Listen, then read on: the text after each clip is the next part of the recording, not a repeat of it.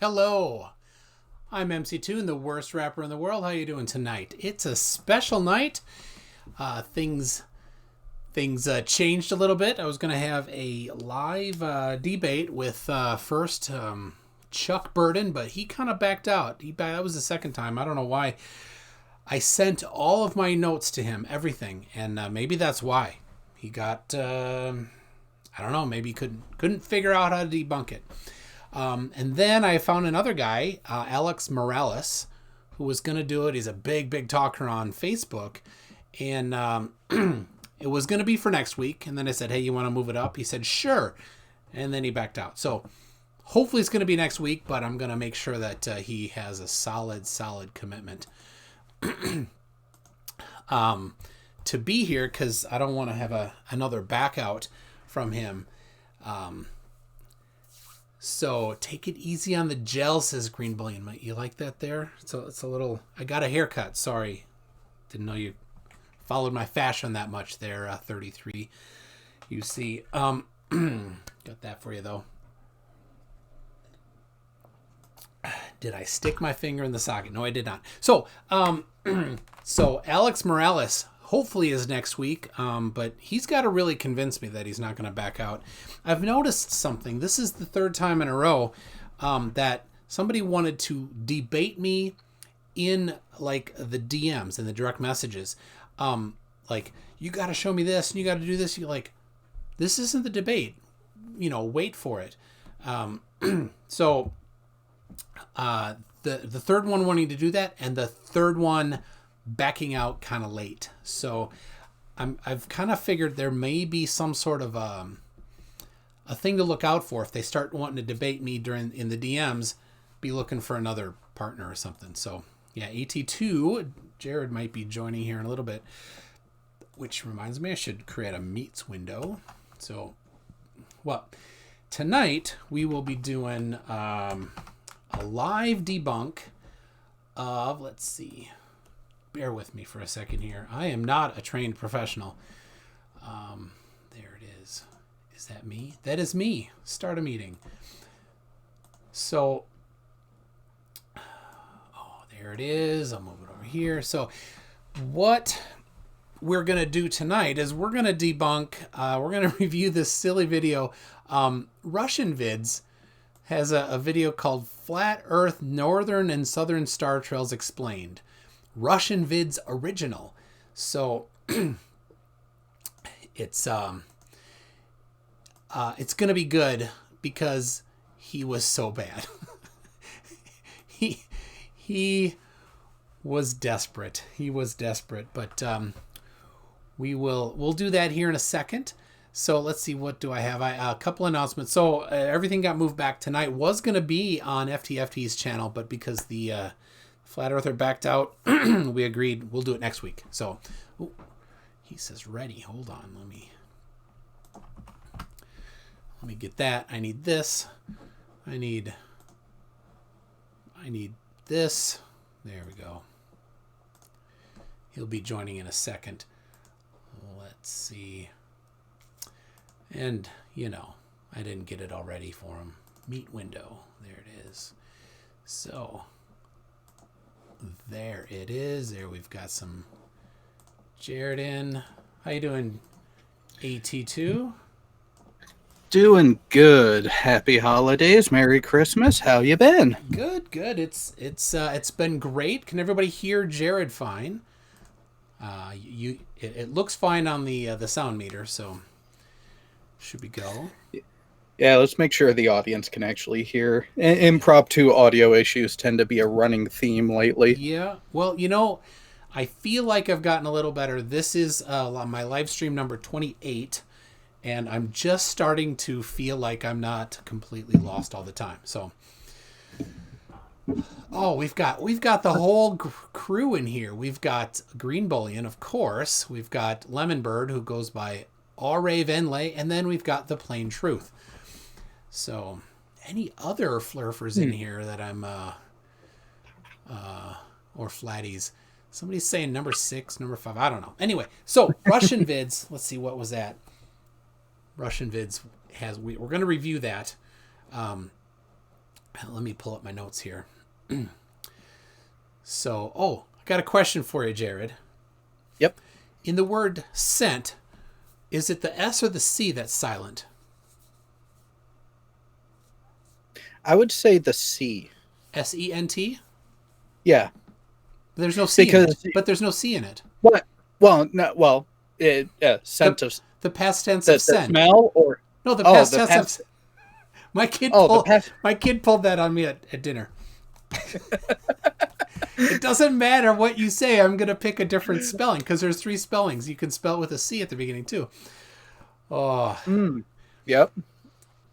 The English language is so wonderful. Oh, 1 second. Got a quick phone call. All right. This should only take me a second. Oh, we got Multi Tom Tom in the house. The plain truth says he's not a flurfer. Well, what is your pronoun then? The plain truth. So what I did is I got on Facebook and I invited a few people, and there are a lot of people that are frightened on Facebook that will not show up. Holy cow. They're like, anytime, and then they don't show up. Guy Paul something, another guy named George, just like 10 people, they won't show. So, like for example, Multi Tom Tom won't show up. He won't come on live here. Multi Tom Tom, MC and Jared address me as sir. I'm sorry, Multi Tom Tom. You got to earn that one. You got to earn the sir. So I have my good old F in Exams book, which is F for Flat Earther. And let's see. Oh, did I do this? The question is, what is the first and second laws of thermodynamics? This is so good. The first rule of thermodynamics is you do not talk about thermodynamics. And the second rule of thermodynamics is you do not talk about thermodynamics. There you go. That's perfect. That's so perfect. Oh. Many people don't like eating radiation-treated food. How could a food scientist prove that radiation-treated food is safe? By eating some, I guess. Oh. So, yeah, King Kong Sex Dungeon was a little bit rough there on 33 UC or Green Bullion. Try to watch the language a little bit there.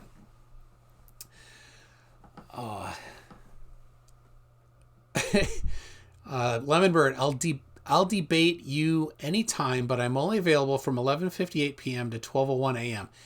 You are more available than Nathan Thompson, who is like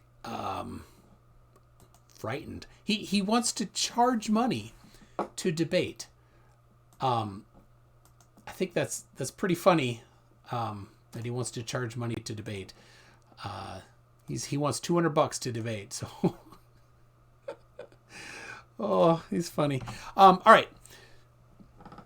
So let's see. The grade F in the German system is a 6, and this is also 3 plus 3, 33. Conspiracy confirmed. Very nice. Okay, so I have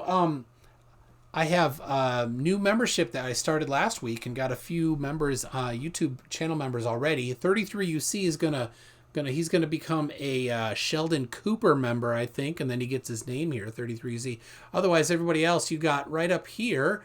I don't know if you can make that out. If you can make that out, let me know. I'll go big screen. Is that big enough, or is that maybe too small? And I need to you see it there. It's hard to do in reverse. Is that good enough to see there? So yeah, Green Bullion. You're delusional if you think the sky is under your feet on a globe. Of course, it's under our feet and it's above our head and it's every direction. Because gravity pulls us down. So that's how it works. So I'm going to get into the video here. Now you got to prepare yourself when you're listening to RussianVids. It's very tedious because he jumps all over the place, and he doesn't make sense.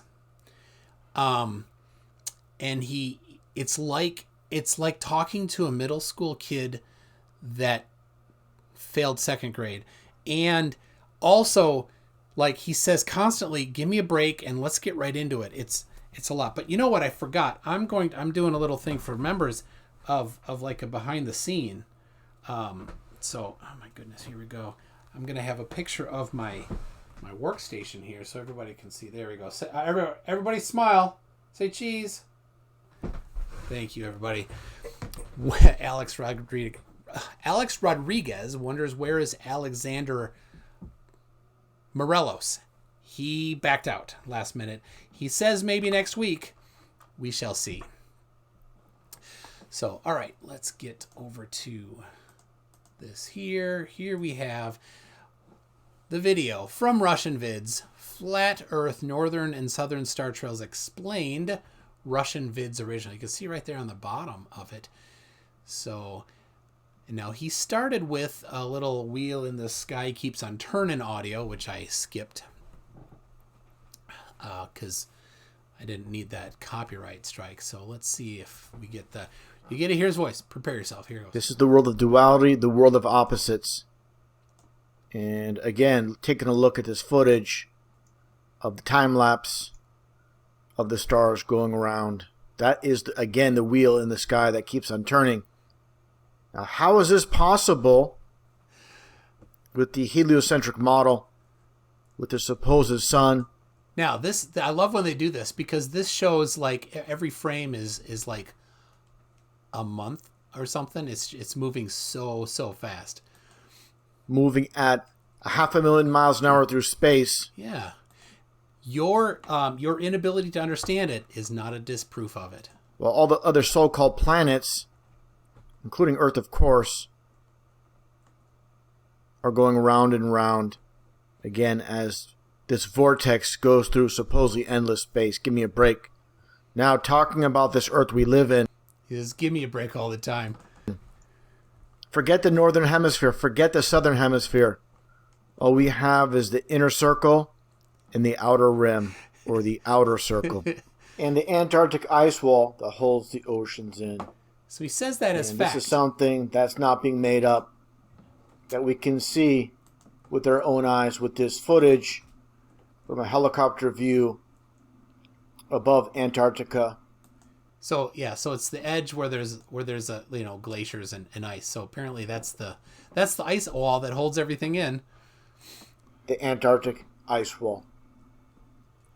And take a look at this footage off the coast of California. Look at the ocean from this vantage point. If we lived on a spinning ball hurling through space, how do we get this footage of this ocean? All right, so I don't know if he's serious. It's on a hill. Here, Jared is back. It's on a hill, and Jared, I'll share my screen. Oh, wow. Do you see the nonsense he's doing there? You're not gonna hear. I don't have the audio set up for you, Jared. You're not gonna hear it, but maybe you'll see it. It's so funny. I can already tell just by looking at the image on the live side of it. It's like, what is he trying to? So yeah, what is he trying to claim here? He's like, all right. So he's about to say the horizon always rises to eye level, which of course it doesn't. And if you want to see that, here's what you do. You go to my website, mctoon.net. Right? And then you scroll down and you look at the horizon does not rise to eye level. And there's a bunch of words there. I wrote an article and then a couple of images. But here's the one I really like, because you can really see it when you measure it with using a theodolite, like the main surveyor did. Right here it is. 90,0000. That's exactly leveled to the precision of that instrument, which is greater than 1 arc second, which is 1/3600th of a degree. Right? So you can see it in the second image. He flipped the whole thing around and then swapped the orientation of the telescope, so that if there's any problems with the alignment inside the telescope, you would see that issue. You can correct it right there. Yep, you would correct it right there. It's called collimation errors, and you flip it both ways and you correct it. That's a long-standing technique in surveying. And then you just, when you're measuring, you average the two of them. So now, then the main surveyor tipped his theodolite down and found that it's, so from 270 degrees, which is the opposite direction, right? He flipped it around, 269, 52, 10. He did that measurement, actually, 20 times, 10 each way, right? And then he found that the mean zenith angle is 90 degrees, 7 minutes, 39 arc seconds, right? So just over 7.5 arc minutes. And an arc minute is 1/60th of a minute. 60th of a degree of a degree. So the horizon does not rise to eye level, even at 21.9 meters. So, of course, no flat earther has any response to this other than nuh-uh, or I don't trust them. Never, for example, Lemonbird, never has Lemonbird in his non-trust of it done this test himself. You can rent a theodolite Lemonbird. And if you wanted to disprove it, maybe you could ask some friends to help you pay for it, right? So, Fantarang, is Green Bullion behaving today? He is so far. I think he doesn't want to get blocked. And apparently, Multi-Tom-Tom says we are all Freemasons. Thanks for the laugh there, Tommy boy. I didn't know that. So, yeah, news to me. You know, I always enjoy hearing details about my life from people who don't have a clue. Yes. So, all right, let's keep going here on RussianVids. Now, he jumps around so much. This is a 16-minute video, and he spends about 3 minutes total on star trails. And you can see the horizon and the water level. If we lived on a ball, that water should be going down. We should be looking down. And as I shown, it is down. Of course, this camera, we don't know how much it's tipped up or down. There's no measurement in there. No indication. Nothing at all. Yeah. At this point, all he's showing is a very beautiful image, but an otherwise worthless image. Yes. I don't know if it's very beautiful. Look at all those power lines. It kind of ruins the scenery, man.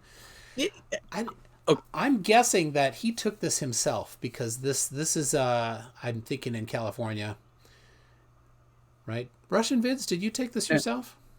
It's a question for you. All right, let's hear him. It's rising up to eye level. So this is crystal clear for those that have eyes to see. Actually, crystal clear for the gullible. 100%. We live on a stationary flat earth. And again, water does not lie. Water always seeks its level. It's like a mantra. And again, you can forget the ridiculous notion. Oh, yeah.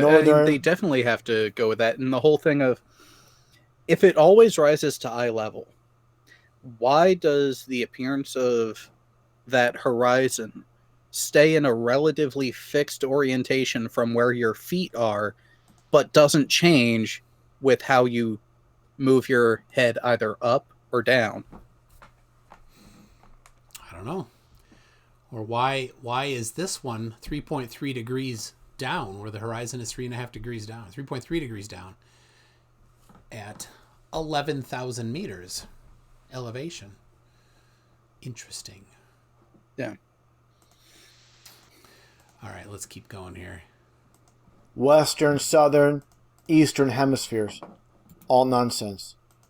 And of course, in the school textbooks, when you look at the ridiculous ball of earth, and they show obviously the inner core, supposed inner core, how would they know what it consists of when the largest drill... Okay, we need to stop with that. Getting to the core. Oh. Hey, RussianVids, have you heard of Inga Lehman? You might want to look into her work. You might learn a thing or two. What was that? Inga Lehman.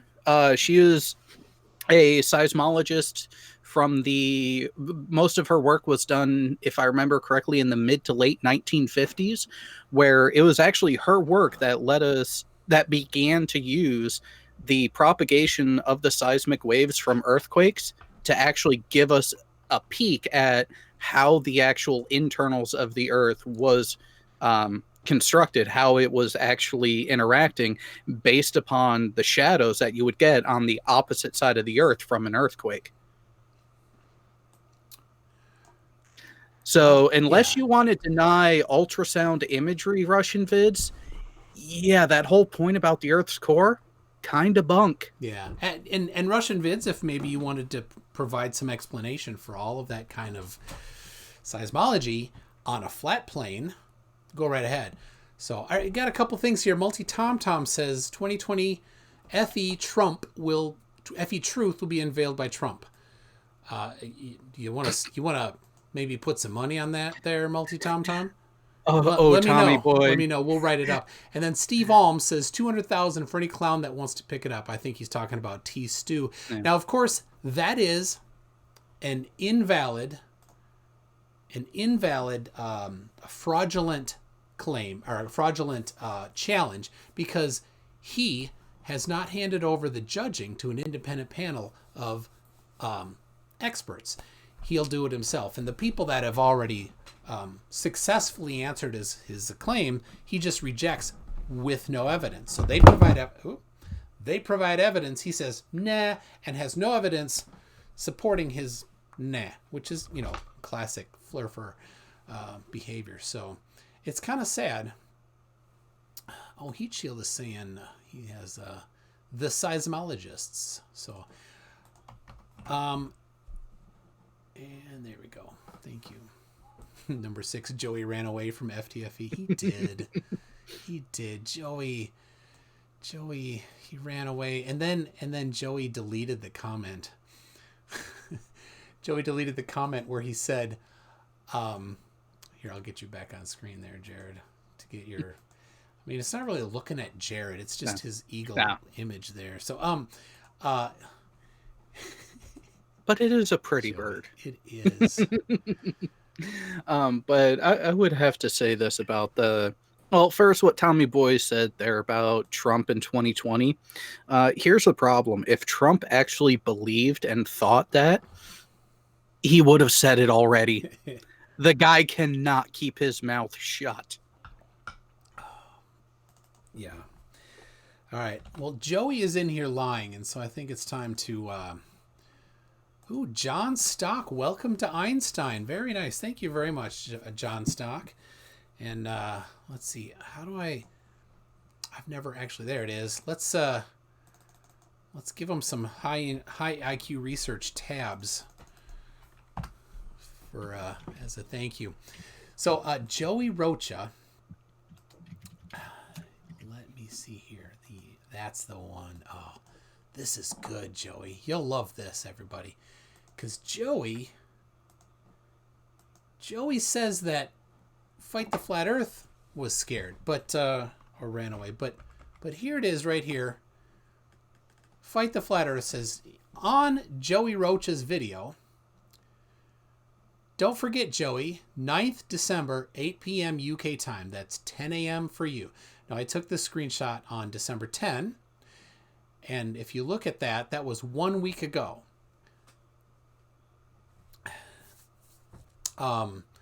So around December 3rd, Fight the Flat Earth said that, right? Then Joey Rocha said, why? So you can punk me again and not show? Is this time legit? I took off for work last time. Don't know if that's legit there, Joey.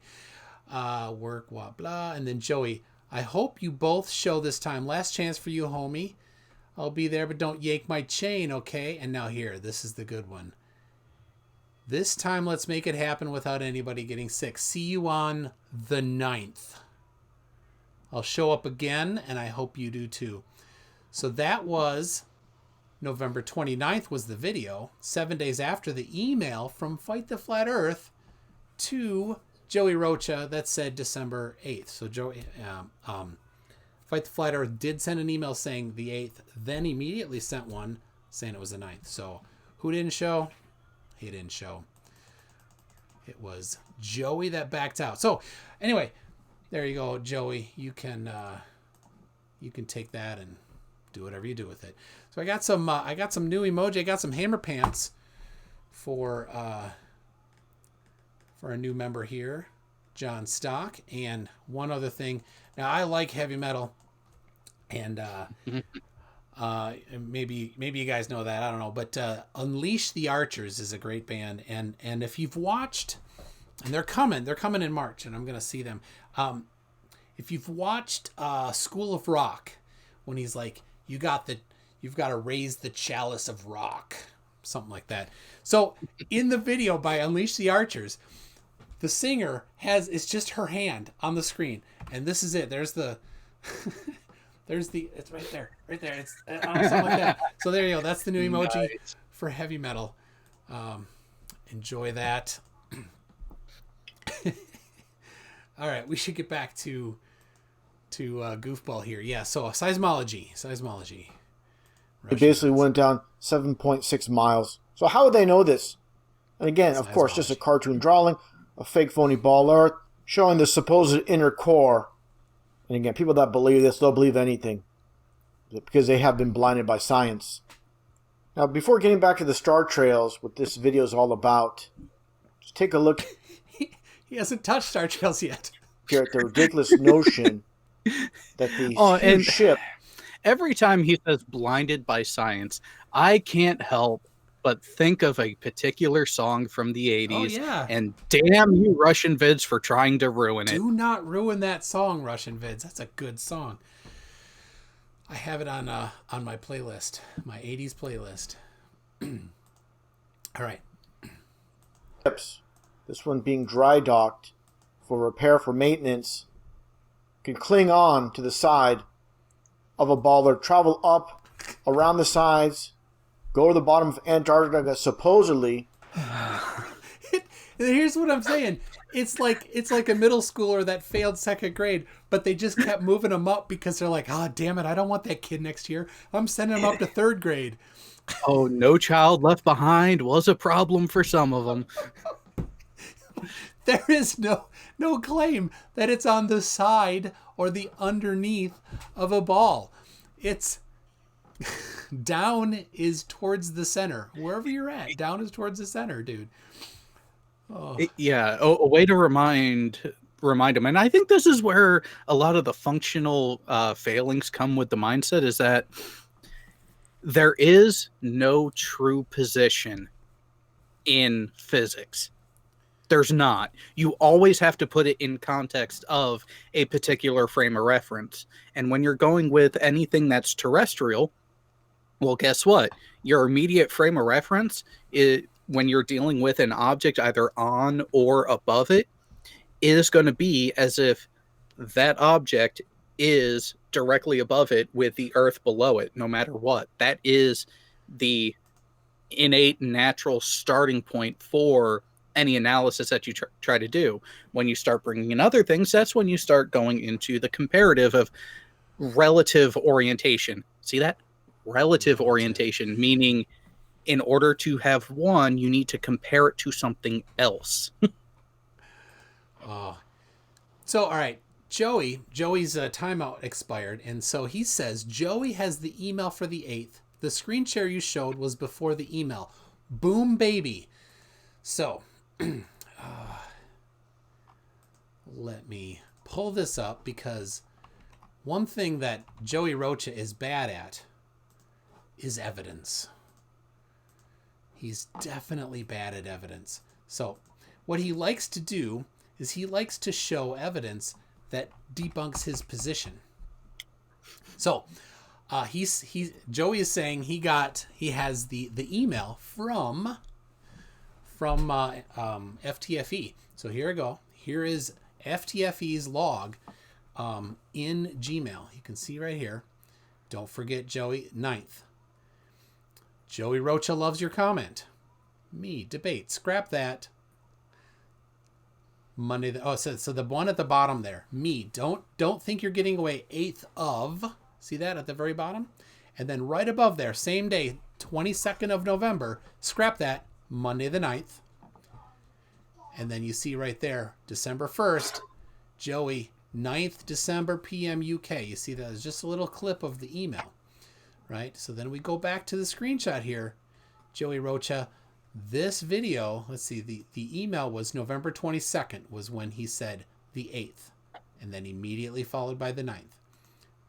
This video that you did, you live streamed on what day? November 29, 7 days later. 7 days later, you said, you typed with your own hands, see you on the 9th. So Joey Rocha, if you forgot, you messed up, own it. Fine. But if you're going to say that somebody ran away from you because they were scared, yet the evidence points in the other direction, we're going to just point to the evidence. Well, you knew. Well, case in point, over the past weekend, we were Dead Kennedy in Space was supposed to have a debate with Hip Hop Hippie that I was going to be moderating. Well, there was a scheduling conflict that came up to where they had to reschedule, and Dead Kennedy in Space was the one who actually took ownership of, yeah, I was part of the problem for the scheduling issue. How does this date work instead? See, Joey, that's how you handle it. When you are a part of the when you are a problem in a scheduling gaffe like that, own it. Yeah. And people will respect you a lot more for it. Now, did you notice, maybe Joey, you weren't here, Chuck Burden was scheduled 2 weeks in a row to debate me. But I'm not taking issue with him, because well before both times he said he can't make it. Can we reschedule or cancel? It was plenty in advance. I have no problem with that, Chuck. Right? But Joey says, wrong. FTFE chickened out, and proof is he will accept a debate with Joey saying you lost your chance. And then he goes on to insult. Right? And that's all that Joey Rocha has, is insults. He has nothing. Nothing but insults. So Joey Rocha, you're a sad, depressing person, that you have to go on and say, even with this on the screen right now, you're going to say that FTFE chickened out, when it was you that did not show. Right? The email, November 22nd. After November 29th, you typed on your own YouTube channel, see you on the 9th. You got nothing. Okay?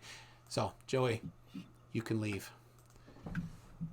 I have shown you the way out. So, all right. Let's get back to the second grader that got moved up to third grade even though he couldn't pass. Known as... Oh, you mean the one who had a wide open invitation to go witness a rocket launch for himself, but came up with every reason under the sun to not go? Mind you, paid trip. Like, we had people in the audience offering to pay his airfare. You had Red offering to pick him up from the airport and take him to the launch site. The only thing he might have had to pay for himself was a hotel room and maybe a meal or two. Yeah. Well, you know, they don't want to test their beliefs. No. The southern hemisphere plane flights between Sydney and Santiago, right? Wolfie 6020 offered to fly Jaron on that, to pay for it. And did Jaron accept? No. Nope. Why not? Why would you not accept, Jaron? Let's see. I just noticed my camera wasn't positioned well. Yes. So he didn't want to because he knew. He knew full well that he'd be disproved. And then where would all his money go? Fancy man. Oh, is this your sock account there, 33? Give it a rest. RussianVids schooled you the last debate you had. He asked you about the dimension of the ball Earth, and you didn't know. He owned you. So I love that. It's like if I don't have every number memorized, then somehow I'm schooled. Of course, RussianVids doesn't have anything about his model, right? How high is the sun? Don't know. How wide's the Earth? Don't know. What's the math for angular perspective? Don't know. How high should the sun be above the horizon on your model? Don't know. He had nothing. So I love that. I love that that's the one thing they have. So, yeah, and Russian. So let me tell you, I saw Nathan Thompson. I spoke with Nathan Thompson at the Flat Earth Global Convention in Texas. Right? And he didn't know me at first, which is fine. And then I said, and I'm like, yeah, I mentioned the debate with RussianVids. Oh, that was you. I was yelling at the screen because RussianVids, something, whatever would be his standard response to that kind of thing. And RussianVids just kind of babbled a little bit. He's like, perspective. I'm like, I already calculated perspective. Perspective says it's got to be 9 degrees above the horizon. He had nothing. So I'm like, you know what, Nathan? I kind of trapped him. That's all I said. But you want to know how I trapped him? I got RussianVids to try to defend the model that's fake. That's the trap. If you're going to be in a debate, you want to win? Easy. Make sure you have the position that's true. So, all right. But Fancy Man, I don't know who you are. But if you got something, maybe you could debate better than RussianVids, because he did not do well. So, all right, let's listen to what he says here. Is on the bottom of the world we live on. Completely ridiculous. Again, just take a look at the size. Actually, go ahead and pause it. Compared to this ship. Yeah.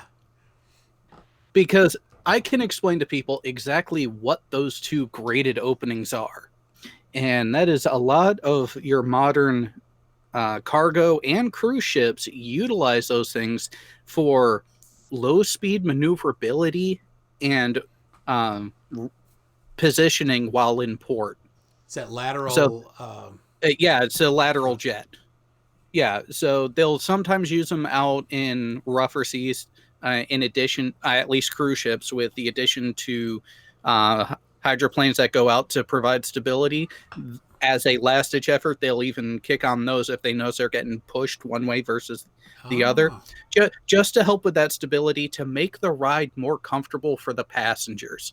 But on a cargo ship like that, it's entirely for maneuverability, especially when it's loading with cargo. That's cool. Yeah, I saw that. I've seen those, and I didn't know what that's for. That's good to know.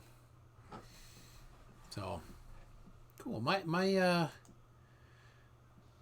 screen my live chat had hung. I see Al K's in here. Anyone hiding behind Dell's skirt isn't worth the water to flush them. Oh, very nice, Al K. Very nice. And it's flat as a pancake is I don't, is this, Jared, is this like the number of flatties in here is high? Is that unusually high, you think, for a live chat? Like there's 109 people watching, and we may have like 10 of them are flatties. So I think what it is there isn't a compelling enough show going on elsewhere for them, and they seem to be a higher number as well because, well, we have another holiday coming up, and some of the normal people who actually have a functioning brainstem actually are off doing other things with their family, or just not paying attention to this sort of mundane topic, because I will admit, the topic is played out. When was the last time something new from a flurf actually came out? Nothing. It's been a while. Oh yeah, Mandevil has the idea. All the flatties hit the dislike button so we can count you. So, Fancy Man. Well, we know TomTom's already done it. Yes. Fancy Man says, MC Toon, trust can easily be broken. Dell would school you. Oh, but Dell doesn't have any evidence. Dell's only, he has 2 skills. Deny and yell. That's all he has. Oh, you're forgetting the third one. He's good with the garden hose. Oh, that's, yep. Well, egg experiment. Okay. let's keep going here. We're never gonna get through. And take a look here as well. This footage. Again, the magnitude of this ship, and somehow again this weaker force called gravity being able to hold on. Now take a look here. Somehow these grass seeds are able to defy gravity. You know, grass seeds. They're not defying gravity, dude. It's like, oh my God. It's like you're somehow like woke or special or something, but like that's not how it works. Okay, pro tip number 1 for all proponents of the flat earth out there. If you're going to make a claim about what the model you are trying to refute says, get it right. Yeah. I mean, at least show some competence in understanding what the model you are trying to refute actually does or does not claim.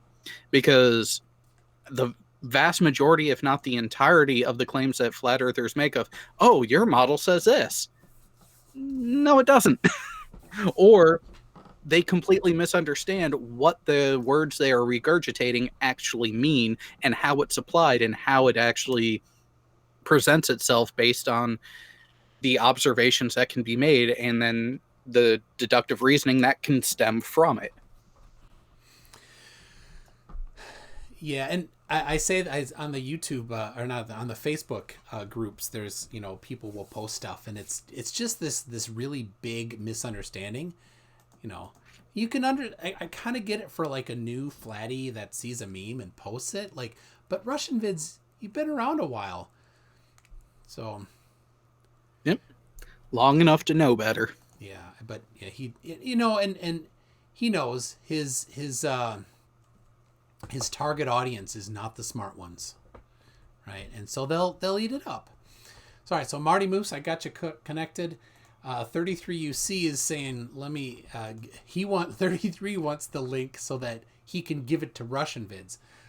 Here's how it works, 33UC. You're not coming on today. You have 33 rules that you have to agree to. There's 6 of them so far that you've not agreed to, including joining the Pen 15 Club live on camera. Now, Dora Necu, sorry if I got that quite wrong. Necu said he could alternatively join the ID10T Club by putting that on his forehead as well. I'd take either one. I like that one. Yeah, the ID10T Club is fine. So here's how it works. Have RussianVids send me a message on Twitter. Not you, because I'm not going to give you the link. I'll give it to RussianVids. Of course, he would have to unblock me, because RussianVids is so brave that he blocked me on Twitter. So, oh, you too? Yeah, he's so brave about that. He's bravely bold, So what TomTom just proved my point by calling Earth a ball and not a planet. I don't know. Tomato. Ball Earth is illogical, he says. No. Yeah, of course, no evidence. Have you seen Multi TomTom's video where he has the sun oversaturating the camera, and he thinks it's the sun's arse. It's like the back end of the sun. I laugh so hard. Wait, Tommy boy, have you been hanging out with Pete Shea lately? It's been a week. I can't stop laughing. That is some dodo level stuff right there. Right, and people are in the comments. They're like, "No, look, that's a common problem with older cameras. Here's a link to this. Here's a link to this." He's like, "Oh, you guys are indoctrinated. You just see what you want to see." Yep. So, that's awesome. I love it. All right, so we got the instructions. We don't talk about flat Earth Aussie Jesus. That's rule number 1 about flat Earth Aussie Jesus, is we don't talk about him.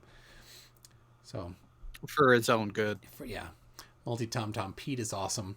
Oh, he is. He's funny. So I don't know. There's a couple that flat. I have an open invitation, right? So if somebody showed up, but there's a couple I like. I hope they don't show up. I think Pete Shea and Spurs Keysmo, like Spurs Chemo. And which one was pretended to be Flatzoid FE? Was that Spurs? That was Spurs. Yes.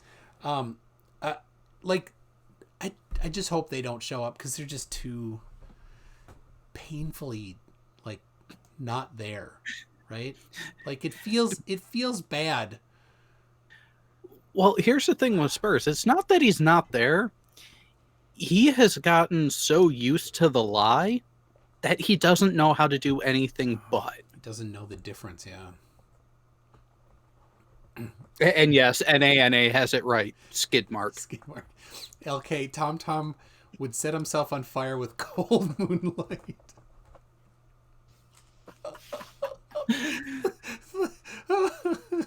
The cold, that's my favorite. I think cold moonlight is my favorite.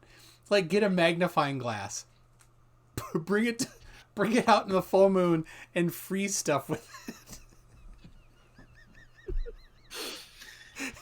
It's a free race, guys. Oh, and Chris Barker says, how about Debbie Duran? I tried to get a hold of her, but I think like she kind of quit responding on YouTube. But yeah, if somebody can contact her, I'd debate her. I think Multi-Tom Dom, the truth is out there. It is. It's a sphere. Okay, Mulder. Sorry, I didn't watch enough of that show. All right, we better get back to the grass defying gravity. It's not defying gravity. It's just going up. Have you not heard? Oh, here, I have this. I have a drawer just for these debates. This is 6. Oh, let me get this bigger on the screen. 6 Not So Easy Pieces by Richard Feynman. Right, there we go. One of the awesomest physicists. He does a great job of communicating. That's what's good about him. Chapter 2, I believe, is the one about... Chapter 2 is about vectors. There it is. And so it's 6 not so easy pieces, right? Chapter there. This is 1. I think that's chapter 2 is vectors. Or is this just the intro? Oh yeah, it is chapter 1 is vectors. Read that, RussianVids. Read that. Green Bullion says, I'm not going to join you. Have my word. Just send me the link. Here's the deal. Green Bullion, your word doesn't carry any meaning with me because you agreed to debate and you were going to bring positive evidence and you did nothing. You don't have any, your word is meaningless, right? So as soon as RussianVids sends me the message on Twitter, I have it ready for him. So what was I saying? The truth is out there. You just don't understand it. Yeah. Vectors. That's what it is. Vectors. So yep. There's the vector of gravity down, and there's the vector of whatever the plant is doing up. It's not defying gravity. It is summing the vectors between gravity and the forces that are bringing it up. That's how vectors work. It's not that difficult of a concept, even though it is in the book called 6 Not So Easy Pieces. It's really not that hard. So yeah, well, I mean, and I really do think that book, well, Feynman did title it as sort of tongue-in-cheek because the majority of what's in there... Feynman, that it was posthumous, actually. Oh, it was posthumous that they tell... Okay, but I think that's what I think the title is a bit of a misnomer because the way Feynman is able to explain things, he can take something complex and make it to where an average person can understand at least enough of it to get the overall concept, which that man was a genius in that fact alone. Yeah. The videos, his lectures on, they're on YouTube. They're so good. They're so well explained. You just, the line of reasoning is so lined up perfectly. So Green Bullion. He is turning ghostly white thinking about having Russian come on right now. Actually, it's just me. I'm freaking white. I'm so white that if I take off my socks, it'll blow the camera out, and it'll all go black, and then Multi Tom Tom will think we zoomed in on the sun, the back end of the sun. Oh, well, some people have to remember you are from Minnesota. I am, and my heritage is also Northern European, so that probably does it. A white Russian sounds delicious. Oh, Kitsune, I'm right there with you. Yeah, I like the Irish cream and Kahlua. That's what I like. I think that's my favorite. Rivette makes a very good point. They say you don't truly know something until you can explain it to a 6-year-old. I'm not sure if I would go that young, depending on the subject matter, but yeah. It's a good point. Is explaining stuff to a flat earther like explaining things to a 6-year-old? Most of the time, yeah. Clive Wells says, I'm a doppelganger for Casper the Ghost. Sorry. Yep. Oh, it just kind of makes me wonder what other doppelgangers we're going to come up with. I mean, we have you as Casper the Ghost. We have Team Skeptic as Skeletor. I saw him in person. Yeah, Skeletor. And it's true.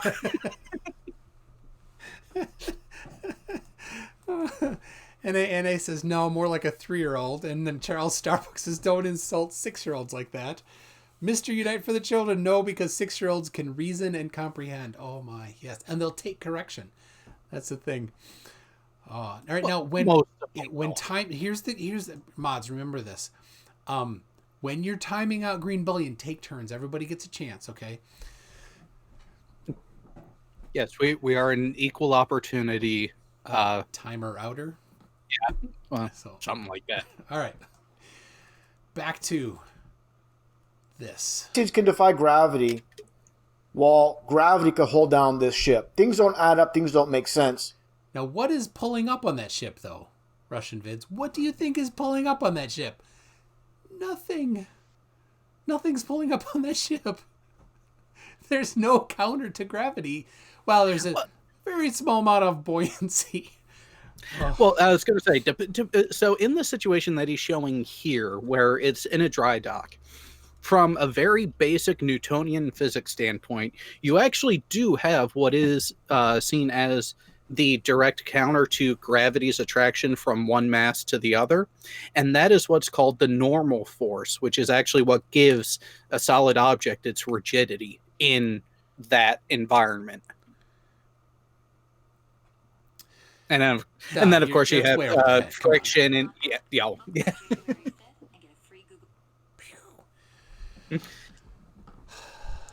So again, this is why someone like Mind of Dodge, I really throw my BS flag hard at that person, because the coursework that is required for the education that he himself advertises shows that a lot of what he is saying, he is either intentionally getting wrong, or he did not actually get through the coursework he did. All right, so yeah, that is a okay. So I interviewed Chris F.E. Jackson, who is an electrical engineer, but he's a friend. But he's not an electrical engineer. He's a British electrical engineer, which is an electrician in America.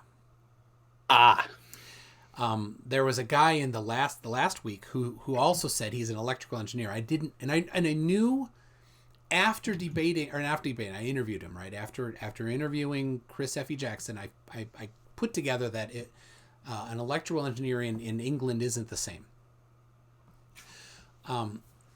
And so this guy in the thing last week, in the comments from last week, was saying he is an electrical engineer, but I didn't see that he was from England, right?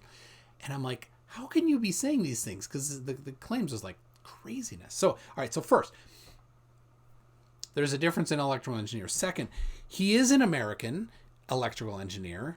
He's Canadian, actually. But close enough. Maybe he's naturalized by now. I don't know. He was born in Canada. Sounds like RV is a sanitation engineer. No. Even that's punching above his weight class. I talked to him, and some people say they don't believe that he's an engineer. I think he is. But here's the deal. When I was a sophomore in college, and I studied electrical engineering and computer science, right? So it took more than 4 years. It took a while. When I was a sophomore, there was a guy who was a senior. And he wasn't very smart. He's a computer science major, a senior. And as a sophomore, I was tutoring him, and he wasn't understanding it. He did graduate with a degree in computer science. He's not writing software today. He is not. He is doing tech support, which is probably right in his skill set. Follow up his alley. Script, be polite to the customer. That's all you got to do, right? Now, coincidentally, that guy, not that guy, but the guy that was the software or the computer science major who didn't understand computer science, is a giant conspiracy theorist.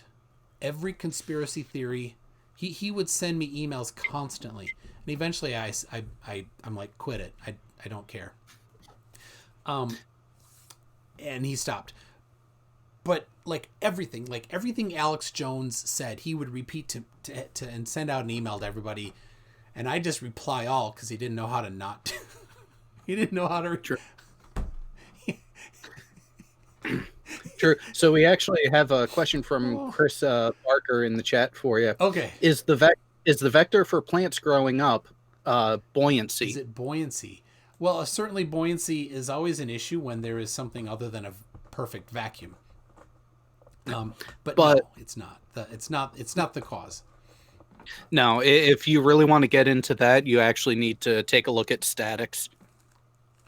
Yeah, oh yeah, statics and dynamics. Yep. It's all statics. Yeah. Like saying, what do you call the guy who came in last in med school? Doctor. A doctor. Just because you got the title doesn't mean you're not a gibbering idiot. Well, wait. So what do you call the person who graduated but scored last in from medical school? That's what you call an army doctor. An army doctor, yes. So tell you, 33 keeps saying that I'm scared to debate RussianVids. I am not. So here's what I'm gonna do. I'm gonna go to RussianVids on Twitter, right? Now, there's more than one though. That's the problem. Oh my goodness! I know of RussianVids 7, RussianVids 6, Russian_vids, Vids Russian, Epic RussianVids, Russian gay vids. Yeah, I know someone who actually ended up making a number of sock accounts of RussianVids. Oh, he's blocked me. I can't. How can I know which one he is? He's blocked me. He's bravely blocked me. So, 33. Tell your buddy. Unblock me. I will directly send him the link. But I don't know which one's real. Vuds 5? Oh, it's July 10th. No, I know who made that one. Okay.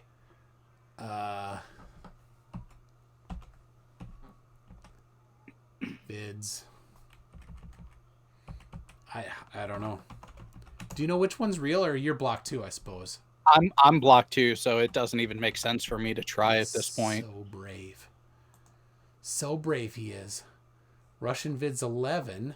Ooh, there it is. I think that's the one because he tweeted from an hour ago. Maybe he unblocked me. Did he sack up and stop blocking me? So let's see here. Or a new account. Who dis? Yeah, all right. Follow him. I'm following him. He doesn't accept Mutual follow whatever DMs. So there you go. He needs to do that. All right, we gotta move on here. We're getting hung up on what we're told. Now let's take a listen here to those that believe in science, and let's take a listen to what Neil deGrasse Tyson has to say here regarding gravity. What is gravity? We have no idea. Okay, next question. Wow. No, here's the difference. We can describe gravity. Okay. We can say what it does to other things. We can measure it, predict with it. But when you start asking, like, what it is, I don't know. And here's the thing is, you have a lot of science geeks online pushing these theories of gravity, evolution, the string theory.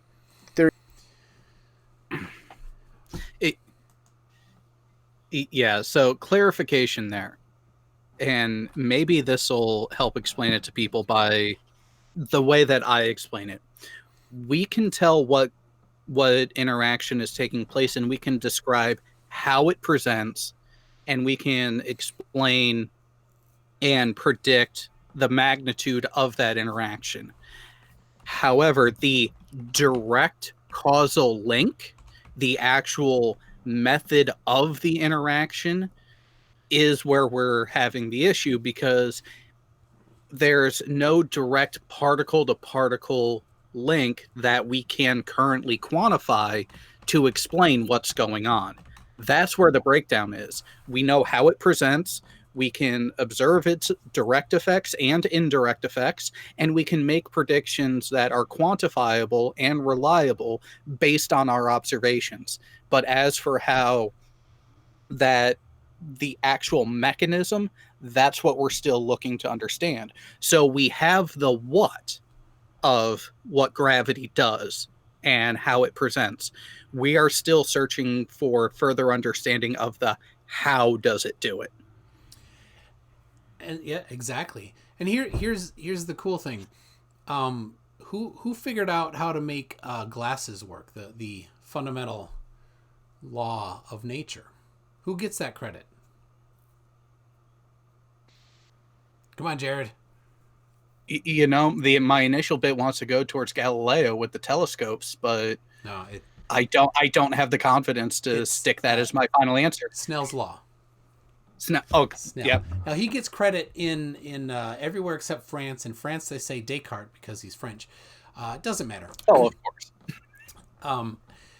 But it was Snell, Descartes, Huygens, and one other guy that all four of them and Descartes did kind of independently, I think, come up with it.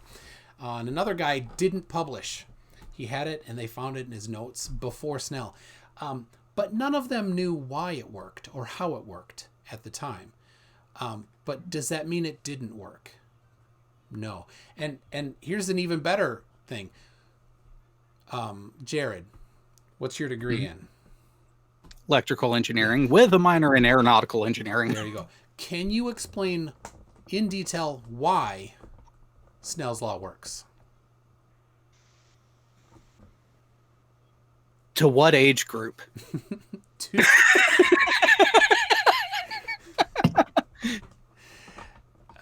That's a fantastic, to college level. Could you stand in front of a class at college and explain it? And give a presentation on it? Yeah, while the teacher who knew was watching without you feeling self-confident. Oh, I would be self-conscious as fuck about it, because it's not something I utilize frequently enough to know the intricacies of it.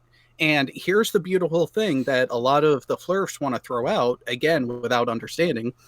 You have that Dunning-Kruger scale. Yeah. And there's a point there in the middle where you actually do have increased knowledge of a topic, but your confidence is really low. On a number of topics, that's where I am, where I remember a good portion of it, but I still have my doubts. And I will preface things of, I'm not entirely sure. I could be wrong, but this is how I remember it. Yeah. So it's called being honest. Absolutely. Don't think you have Yeah, it's and humility too, right? Yeah. So 0132132 says for $6.66, Hail Santa. That was just last week. No fundamental force is describable as coming from something else. Only emergent forces can have explanations. And yeah, that is when you're like, it's not a real force. Yeah, neither is centripetal force, but it works. Neither is the Coriolis force, but it happens. It's quantifiable. They're apparent or fictitious forces, right? Oh, Marty Moose, you're talking about Snell's law that I brought it up and AT2 did. Yeah, I've brought Jared. I've brought the Snell's law up a couple times because it's important, right? You don't need to know why a law works. If it works, if it's predictive all the time within the scale or the scope that it's supposed to, then it works. So yeah, Marty is saying you have that application test. Like I've run into people who will go with the electron flow versus hole flow and start to look at things slightly differently, but the end result, even with that difference on just the electrical side, will be like, we'll still get to the same result. We'll still understand, yeah, this is the end result of that circuit as designed. It's just how they go about it. Are they going from positive to negative or negative to positive? That's their interpretation. Yeah, 0132132 can't Snell's law be derived from Maxwell's equations applied to the boundary between two mediums? And I don't know that. Sounds legit. That's all I got. Yeah, it might be one of those things that I did once during class and then never really used again. And that's another thing. There are a lot of formula that can be derived from other ones if you know how the interactions work and if you are adept at the mathematics. No different than you can actually end up getting the Newtonian formula for gravity from Einstein's field equations. Doesn't that lead to a cohesion of at certain scales they do agree with each other? They do, yeah.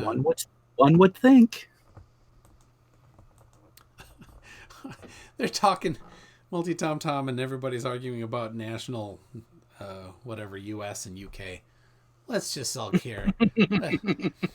Who has who's America's best friend? Well, it's England. Come on. Yeah. So, Fancy Man, I'm here to hear RussianVids, not you talk. Please play the video. Thank you, mate. I don't report to you, Fancy Man. If you want to hear RussianVids, go contact him and tell him to pop in. Right? As soon as he sends me a message on Twitter, he'll have the invitation. So, all right. Oh, Marty Moose, I know why you're asking that one. And he asked if I can navigate a ship using a sextant. Can you? Oh, hold on. I got NA. So maybe it's my dyslexia here. I don't know. For $6.60 says it's Santa, MC Toon. SANTA. Santa. I don't know. What? Oh, wait. Hold on. Sagan. It's Sagan. SAGAN. Oh. I think we need to get Dana Carvey on here. Oh, Fancy Man. F off, mate. Play the... Naughty. Play the video. Again, I don't report to you. I report to... Who do I report to this week? Neil. No, I report to Neil. There he is. Because I can tell you, I will not report to Bill Nye. They tried to put him, and they're like, you're going to be reporting to Bill Nye from now. I'm like, no, not Bill Nye. Don't like him. All right. Well, I report to NASA, of course. All right. I have to admit, they do give us ample reason and opportunity to laugh, which is a great stress relief. I love you guys. It's great. All right. Let's hear what the boss. I mean, what Neil says. Of relativity as fact. That's not him. When That's these not Neil. so-called leaders of science, such as Neil deGrasse Tyson and Michio Kaku, these so-called high priests of science, nothing but religious nonsense. Let's take a listen to what Michio Kaku says here. All right. Say that you make observations. The only person who calls them high priest Yeah. is you, RussianVids. The so-called high priest. I listened to that when the first time, like, nobody calls it that but flat earthers. So no, that's not right. Oh, Green Bullion. Fun to watch MC goon like a deer in the headlights when Russian asked him the tough questions. Hurry up and get him on here, man. Australia doesn't really care about the rest of the world. We got mates like North America and UK, Great Britain. But think of us as cute little siblings. Multi Tom Tom says he's in the U.S. Really? Are you wrong? Well, I guess it's late for you, so. But you got some sort of an accent that's from not America. So where are you from, Multi Tom Tom? Are you from England? We'll let you answer. All right, here we go. You have a theory. You can go make more observations, and it's a very, very tedious process. Wrong. Nobody that I know of in my field uses the so-called scientific method. In our field, it's by the seat of your pants. It's leaps of logic. It's guesswork. It's guesswork. It's leaps of logic. It's guesswork. And this is definitely pseudoscience. It's not actual science. And again, the people that have been conditioned. Oh, look at that. Seek Truth, Speak Truth is here. How you doing, buddy? It is late for you. But, all right, so what RussianVids just said there about Michio, MC2, do you happen to remember what Michio Kaku's specialty is? I think it's let's see, how would a flatty say it? It would be space stuff. Yeah, he does astrophysics, specifically theoretical astrophysics. So yeah, try to develop a empirical experiment at that scale that can be done on Earth that stays purely theoretical. Don't worry, I'll wait. I expect to live a long life. Yeah, it is because it's an observational science. You can't wiggle the independent variable yourself. You have to wait for it to happen. So, Recovering Alabamian has changed her name on here to Vishanti, and then in the square brackets, Alabamian. So that's good. It's easing out of it. I like that. Says Green Bullion, I've been on MC Toon's show before. He'll have me on way before you clowns. I would, yeah. She's polite. Oh, still waiting for RussianVids. Nothing from RussianVids. So yeah, theoretical stuff, and of course it's a little clip from that, and then RussianVids is like, it's all pseudoscience.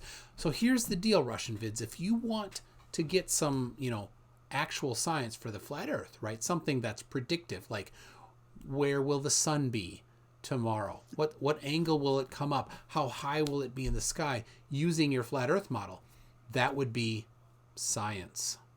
But since you don't have any of that, you don't have science. It's not pseudoscience. It's not anything. You have nothing at all. So, hey, it was your turn to time them out.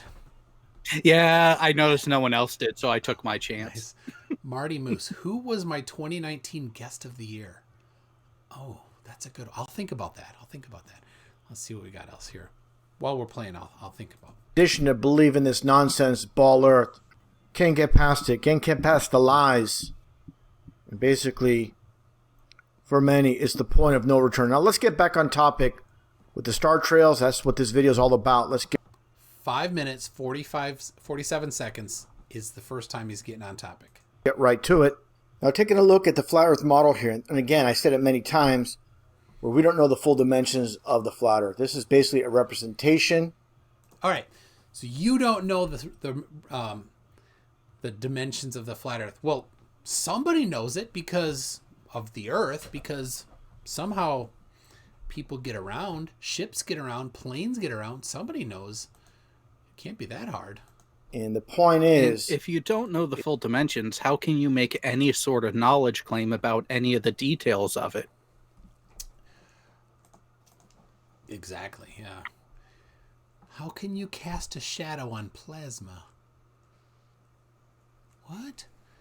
Mr. XEXES? How would you pronounce that? Okay. Multi-Tom is saying, the sun and moon are plasma. Okay, evidence for that you don't have. That's it. You just need evidence for that. And even then, with the sun, with its corona, and from what we can tell, yes, the sun's outer layers in corona are plasma, are charged particles. It's not a shadow on the sun. What we see as sunspots are actually an interaction due to the magnetic fields that are created by the sun itself. But then also we have these things called transits, where you have objects literally blocking the sun out, either partially, like you get with Mercury and Venus, or in totality, like you get with the moon, otherwise known as a total solar eclipse. I think it's over his head. So, Multi-Tom making claims. Don't make a claim unless you have evidence that it's plasma. Well, I mean, the sun is plasma, yes, but prove that the moon, evidence for the moon being plasma would be super. Is again, when it comes to star trails, I have to set the foundation so people understand exactly what they'll be looking at with, again, the sun and the moon that circle above like a clock. So he says that factually. He's making that strong claim. They circle above like a clock. When you look at the moon from the inner circle, like I said earlier, the inner circle, not the northern hemisphere, say, for example, from China or Russia, when you look at the moon, you're going to see its face. And I'm going to back that up a little bit. If you look at, so where he has the moon there, which is kind of over Indonesia maybe, right? If the moon was local and you're in Australia, you'd be looking up at it at some kind of an angle. And if you're in Korea, you're going to be looking up at this angle. You're going to see a very different part of the moon. How do you not even comprehend that? Why is that so hard for you to pick up on? And yet you don't see that. And here it is. That's the same view of the moon from the northern hemisphere and the southern hemisphere. Actually, I think you probably just rotated it. I don't think you actually took two different pictures of it, but that's fine. The point is, you're kind of lazy. But the point is, if it were flat and local, or small and local, you'd see very different angles of the moon. And that was what Seek Truth, Speak Truth, I think, was one of his big key points that shook his head out of it. Oh yeah, that doesn't make sense. Well, and on top of that, so a lot of people start with the orientation of the moon face itself. And the very first video I did was less than a minute long, where I took a photo, an actual photo. Yes, they still exist, people. Taped it up to the roof of the bedroom in my old house. Took a view, looked at it from one direction, walked across the room, looked at it from exactly the opposite direction. The orientation flipped, and whether the floor beneath my feet was curved or flat, that part of it, that detail alone, makes no difference and does nothing to disprove either preposition. However, when you go into the way the object actually looks from those different vantage points, then you can start making inferences from it. So the two images that RV showed there, and just pointing at, look, this is how it looks from these directions. It must be flat. No, you gotta try better than that. Yeah, it's kind of kindergarten flat Earth here. You got to do better. You've been around long enough, RV. Inside here, you see here that how the northern hemisphere moon looks like. Of course, we only see one face of the moon, and here's the southern. And that debunks flat Earth. So it's very, again, easy to understand why we see the moon from different aspects of the inner circle and the outer circle, and why they appear as they do. And of course, we see the sun and the moon in the sky often as the sun circles above. Say, for example, you're in California, and say it's about 2 o'clock, 3 o'clock. On many occasions, you'll see the sun and the moon in the sky at the same time, with obviously both of them above the horizon at the same time. What is the other side of the so-called ball Earth getting as far as moonlight or sunlight during? Nothing. When the sun is over one part of the Earth, the other side of the Earth doesn't get any. It's nighttime, which makes sense on a sphere, but doesn't make sense on a flat plane. During these periods of time can happen. Now, regarding star trails, once again, so when you're looking from, again, the inner circle, you're looking as the sun and the moon circle above the flat Earth. You're looking towards the south. Now, when you're on the so-called southern hemisphere, which is the outer circle or the outer rim, you're looking from this perspective. Let's actually use Australia again with this example. So once again, you're looking at this face. You're looking at this face of the moon. But Australia, and of course, doesn't as it exist. circles clockwise, it always circles, of course, clockwise. You're going to see it from the perspective from Australia going left. So it's making this, making the circle here. Going left. He doesn't understand orientation. Nope. If you turn Three-dimensional. left is Three-dimensional. not left anymore. Yeah, three-dimensional thinking is a failure. No. Oh. Again, the He doesn't even get two-dimensional. inner circle, you're seeing it go to the right. That's simple, just like a racetrack. Now let's take a look at some actual time-lapse footage so you'll see how it all makes sense. And this will completely debunk the so-called Southern Pole. Now let's take a look at this footage of time-lapse star trails from Coonabarra Brand, Australia. And this is looking at the west to the setting sky. You see the star trails going clockwise.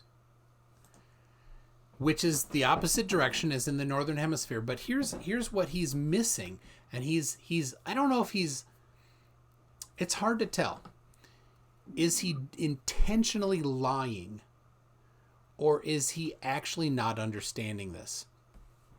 Because if there's just a wheel in the sky turning, as he says, when you are on the outer rim and you look towards the outside, you'd see the stars going fastest horizontally. You would not see a single point. They wouldn't be rotating clockwise or counterclockwise in any way. It would be rotating laterally, just laterally. Now, NA says he's lying. Anybody else have an opinion on whether he's lying or that dumb?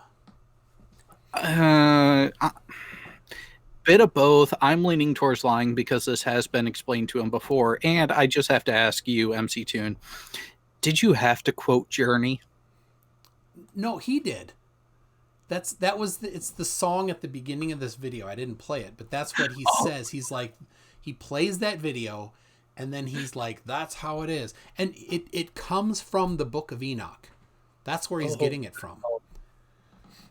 I've almost finished reading or going through the Book of Enoch for Anthony Ciocante.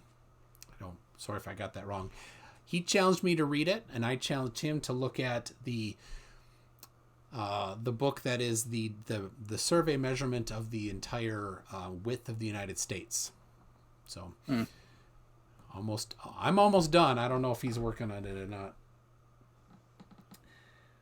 So Let's continue to take a look here. So that's completely wrong for what you'd expect on the inside. And if you get an umbrella, here's the good thing. Get an umbrella and get it down over your head, right? So you kind of tuck your head up and then spin it. And then look at the edge of it. That's what you'd see. That's what the stars would do if it was flat with a dome or something like that over it. Oh, Orphan Red tried doing that with a Pyrex or glass mixing bowl at one point, and yeah, it showed that it wouldn't transcribe the circle when you're looking out towards the ring, like we see if the flat Earth is right based on what he's seeing here. Because why are we getting that curl there, RussianVids? Why isn't it continuing to go in a relatively unidirectional path? Yeah. Yeah, and so here's the thing. He's pretty sneaky about this. This makes me think he's lying. Let me check here. Still no notification from him on Twitter. I think he's lying because he doesn't show the center of rotation, really. It's off on the side here. As we go through the footage, you see that? It's up on the be upper left very corner. Clear. Right there. There it is. It's on the left corner there. But he's focusing on this. It's just going counterclockwise, and he doesn't quite understand, right? It's all about angle. It's all about perspective. Where you're standing, magic, where you're looking, apparently. The direction. Now this is looking towards the east. Again, same. It's going clockwise. Okay. Now we're going to get a different aspect. Hold up. RussianVids, if you're trying to use this as some sort of evidence, why aren't you complaining that this is a fisheye lens?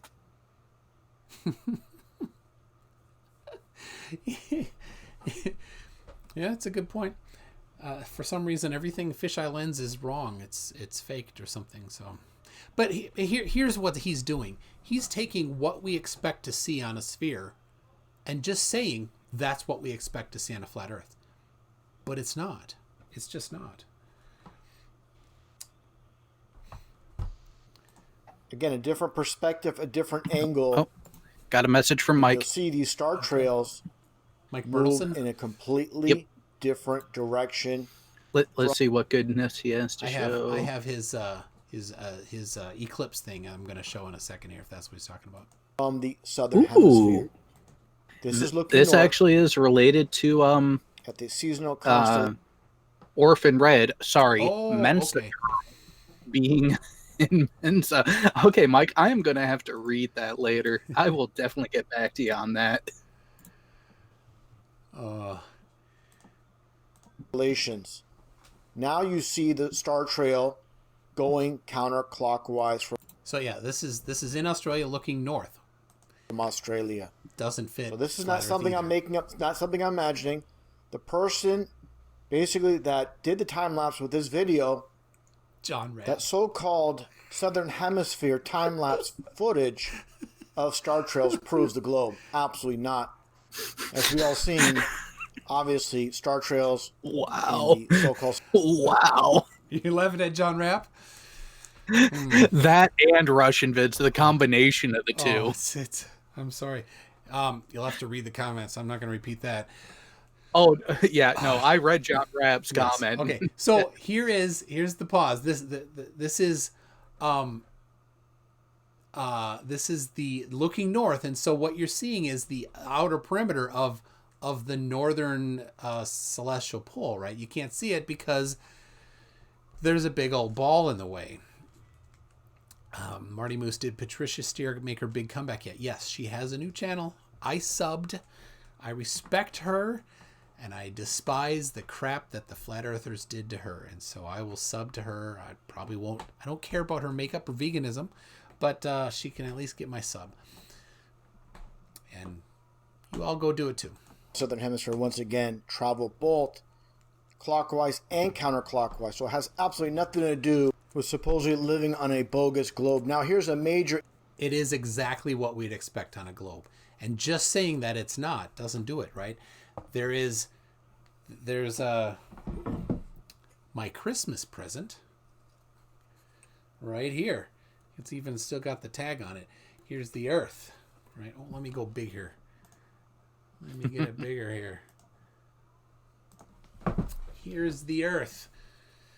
We've got up here, this way, the northern celestial pole. And over here, the southern celestial pole. I'll turn it sideways because there's no orientation in space. When you spin, when you're sitting on it, it takes 24 hours to spin. You look that way, you see a pole, the center of the rotation that way. You look this way, you see the center of rotation this way. That's what we expect on a sphere.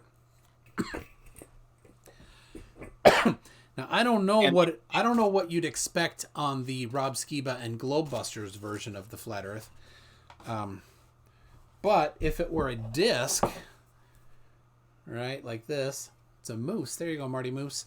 And we're here, and then right there, and we're looking up at the stars that are spinning, right? We'd look this way, and they're moving horizontally fast, right?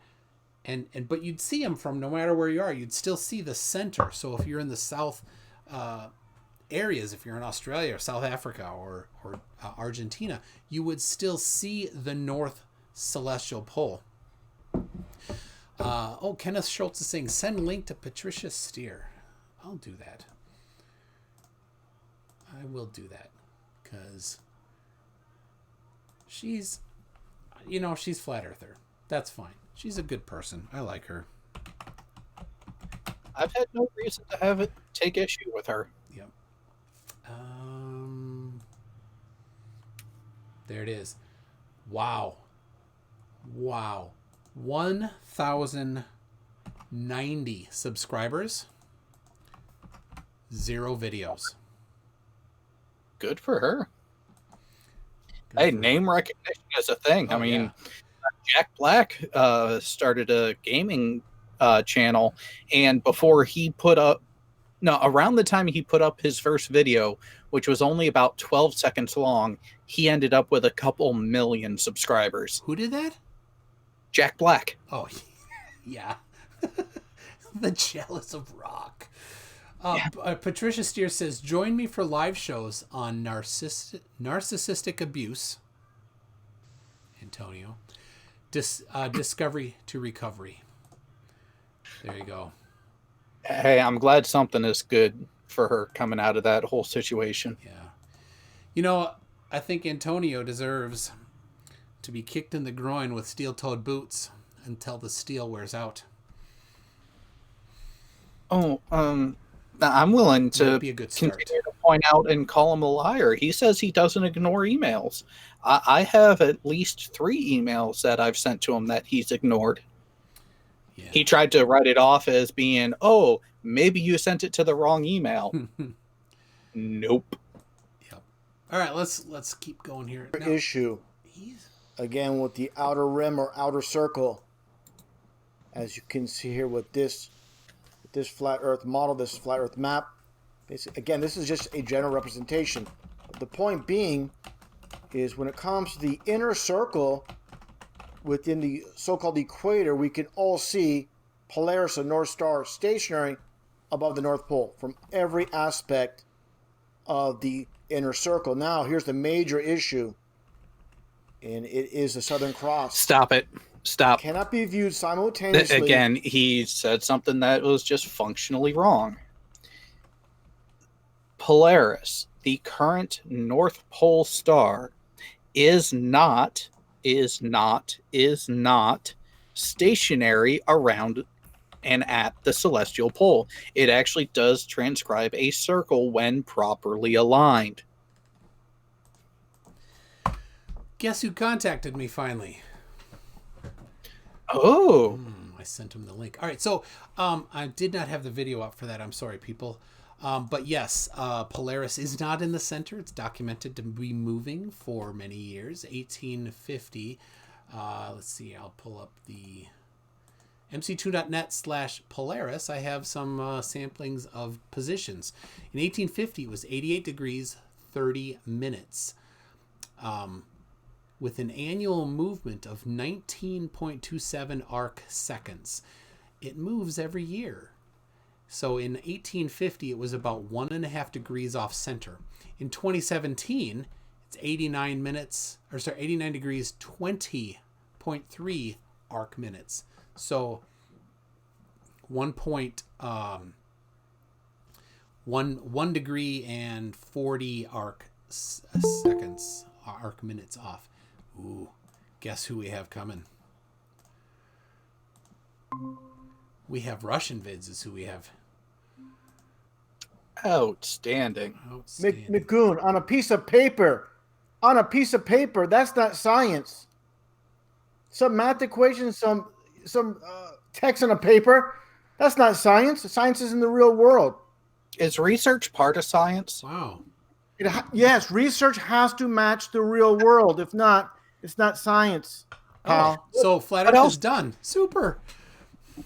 Yeah, water's level. And by the way, you goons, you got everything wrong again. When you guys talked about stars moving at different speeds, why is it that if someone's in, say, for example, San Francisco, we see the stars moving at the same rate of speed at the equator? Why is that? 15 degrees Because an hour. the Earth is spinning at the same You rate. understand? 1,100 miles an hour at the equator, approximately 700 miles an hour in San Francisco. Hold on. How do you measure rotation? What's the units for rotation? Again, this is based on so-called science. 1,140 miles an hour at the equator. The Earth is supposed to be spinning. Answer the question. Hold on. No. I asked you. It. All right, hold on. I gotta write on this paper here. So Go ahead, Magoon. Dude, might as well shred it while you're at it because it's just garbage. Oh. No, fan. Just like your podcast, Magoo. Just like your podcast. What? I can't believe I'm on this joke of a podcast. What podcast?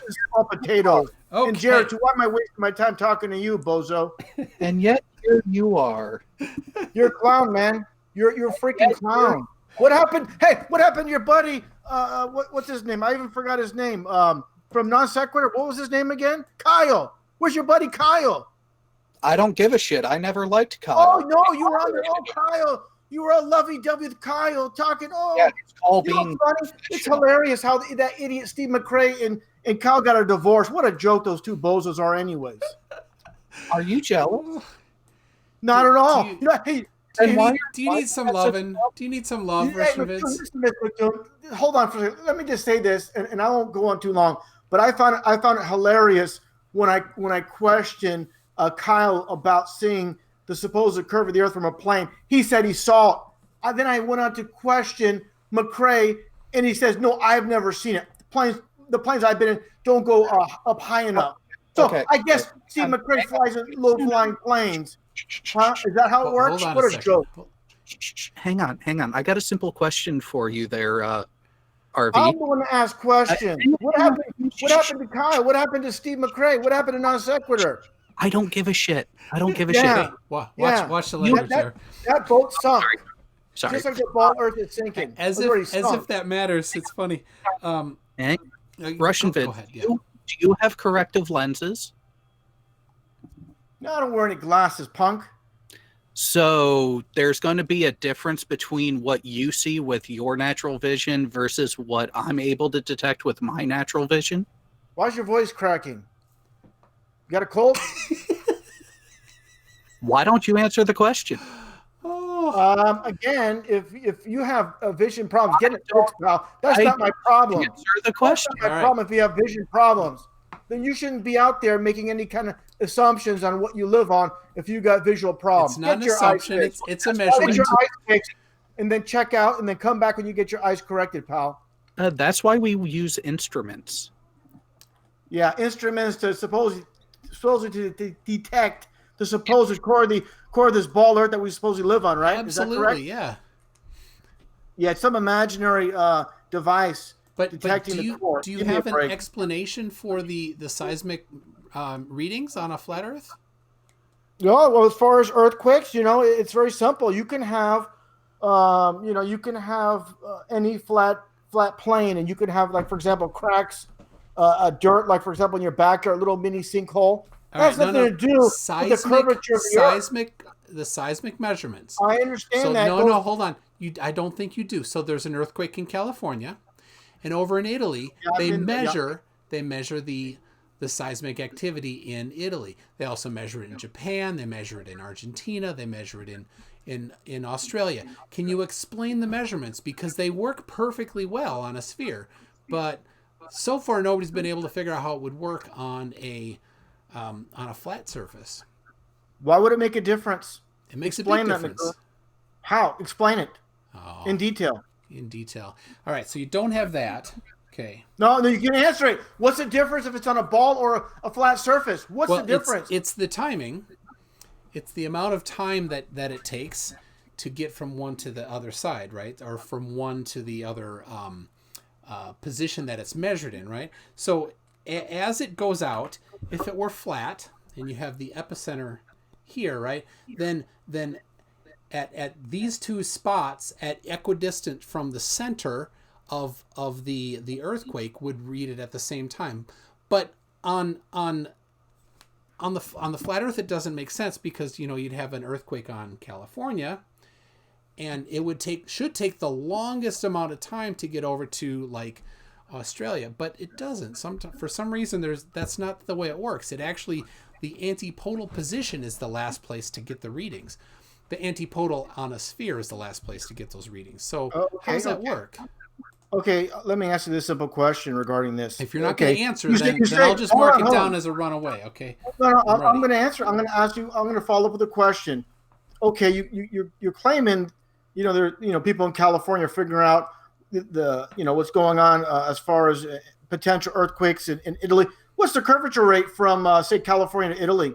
That should be able to be, just like that. So you're deflecting on that answer then. No, I'm not deflecting. You're saying there's this curvature of the Earth. Where is it? Which textbooks? Point me to a single school textbook, to any textbook that gives a curvature rate of the so-called ball Earth. Point it out to me, please. Why? I'll be waiting. How is that an answer to the question? Okay, we're still asking for the seismic explanation for the. Hold on, an explanation for the seismic measurements and observations, and all you're doing is deflecting and asking about curvature rates. Okay. Please answer the question. Because it's relevant. You're saying it's only based because we live in a ball. I don't see a reasoning behind that. You can claim that, but you don't have anything solid to back up your claim. Nothing solid. Period. Really? Yes, really. Interesting. So let me ask you this question again. I asked you before and you failed miserably. What is the radius of the so-called ball Earth? Alexa, what's the radius of the Earth? Earth radius is the distance from the center of Earth. Don't Google it. On its surface.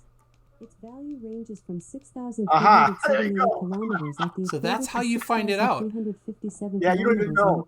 That's hilarious. I'm a flat earther and I know and you don't. The foundation of all lies you believe in. You don't even know them. How embarrassing. Hold on. You might as well shut down your freaking podcast, pal.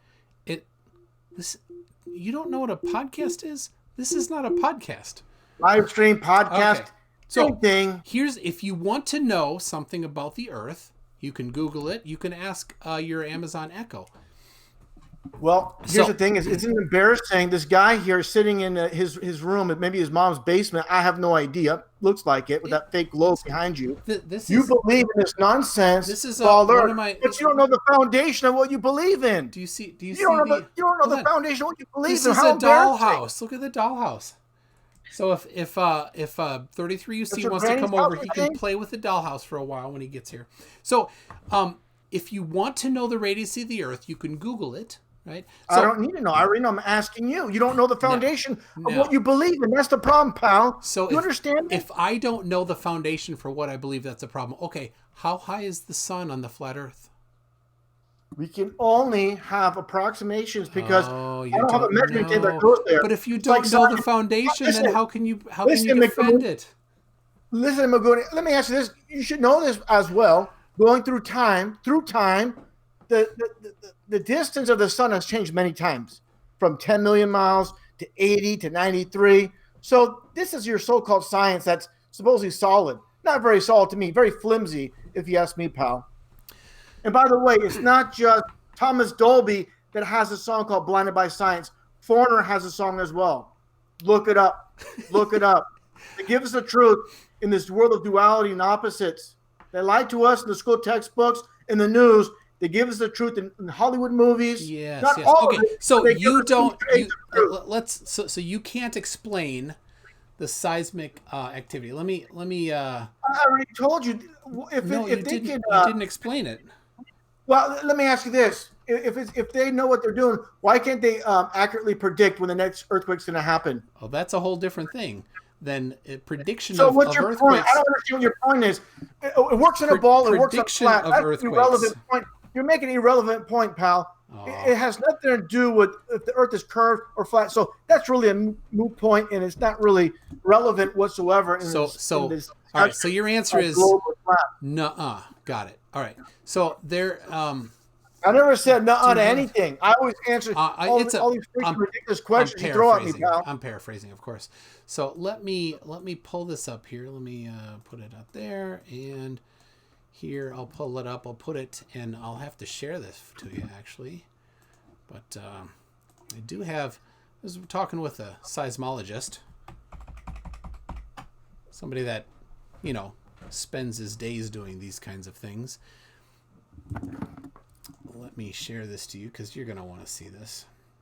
Go ahead. I've been waiting patiently. I didn't say a word. I'm just waiting for you to give me your nonsense you're going to feed me here. Okay, let's see here what you got. All right. So there we go. That is, I'm going to show it to the people. The people want to see your goofy.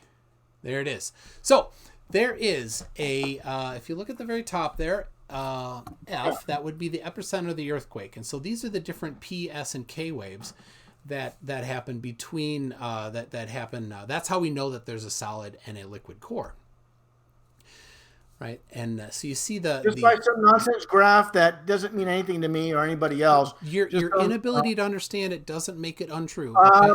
If it doesn't apply to the real world, it doesn't mean anything to me. Yeah, this applies to the real world. So these are people that this is their job to do it. This is real science, right? Real science. So there is demonstrating the real world, then, McCoon. Yeah, that's how it is. That's how it is. The real world, not some chalkboard or some blackboard. I'm sorry that I don't have in my pocket an earthquake to too bad to then, test. And this what you're showing me is irrelevant then if you can't demonstrate in the real world. Yeah, that's what this comes from, the real world. So there's the epicenter at the top, right? And you see these. Stop interrupting me, okay? You see these S waves and P waves. Now the different waves are based on going wavy like that, like on the top of a water, or they're compression waves, right? The compression waves go faster than the wavy waves, right? They're orthogonal to each other, basically. So when they go through different parts of the Earth, they travel at different rates. There are some waves, the wavy ones, they don't go through liquid. Just the compression ones go through liquid. So when they get to the outer core, some of these waves die. And so there's this shadow that you can't see the wavy waves on the other side of the Earth from the core. And that's how we know the size of the liquid core. Okay? You got that. Supposedly. To me, I'll be honest with you, McToon, this is really boring me right now.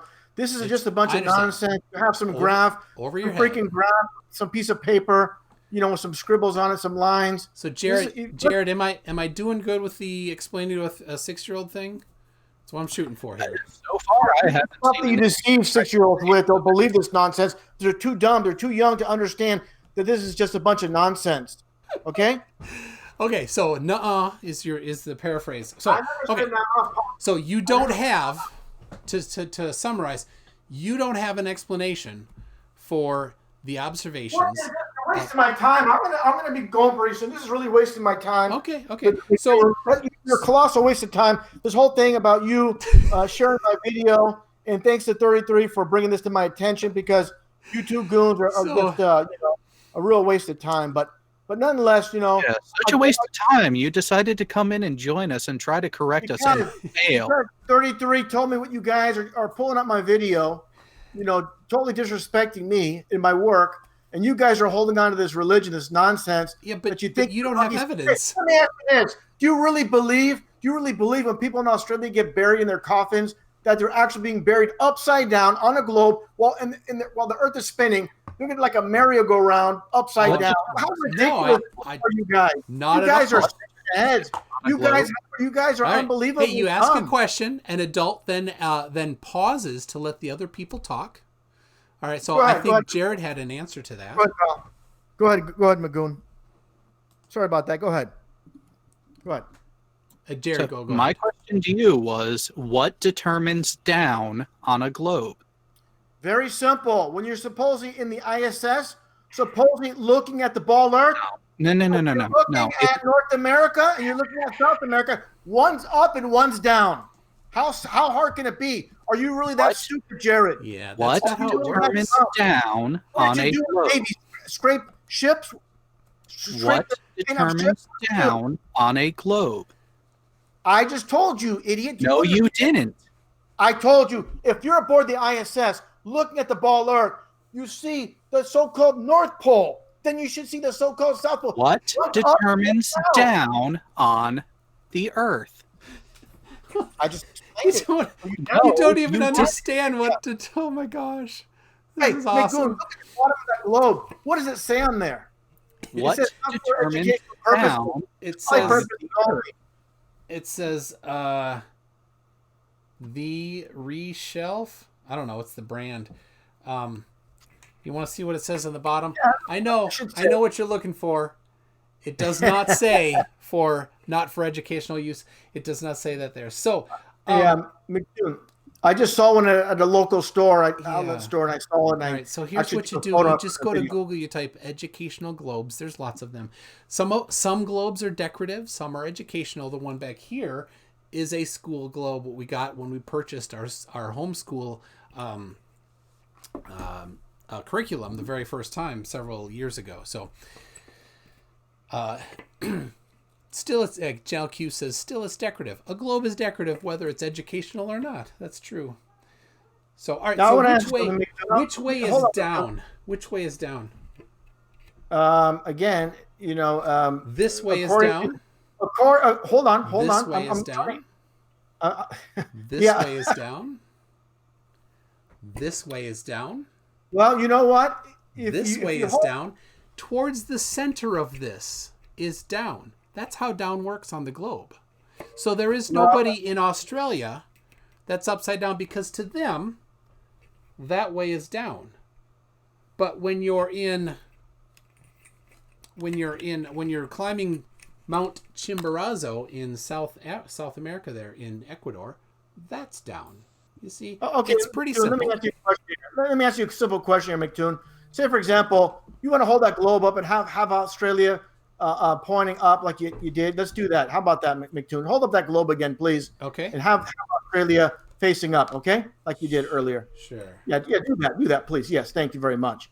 Now, imagine you have someone in Australia digging a hole, and he digs his way all the way, just as all theoretical, digs his way all the way down to the very bottom.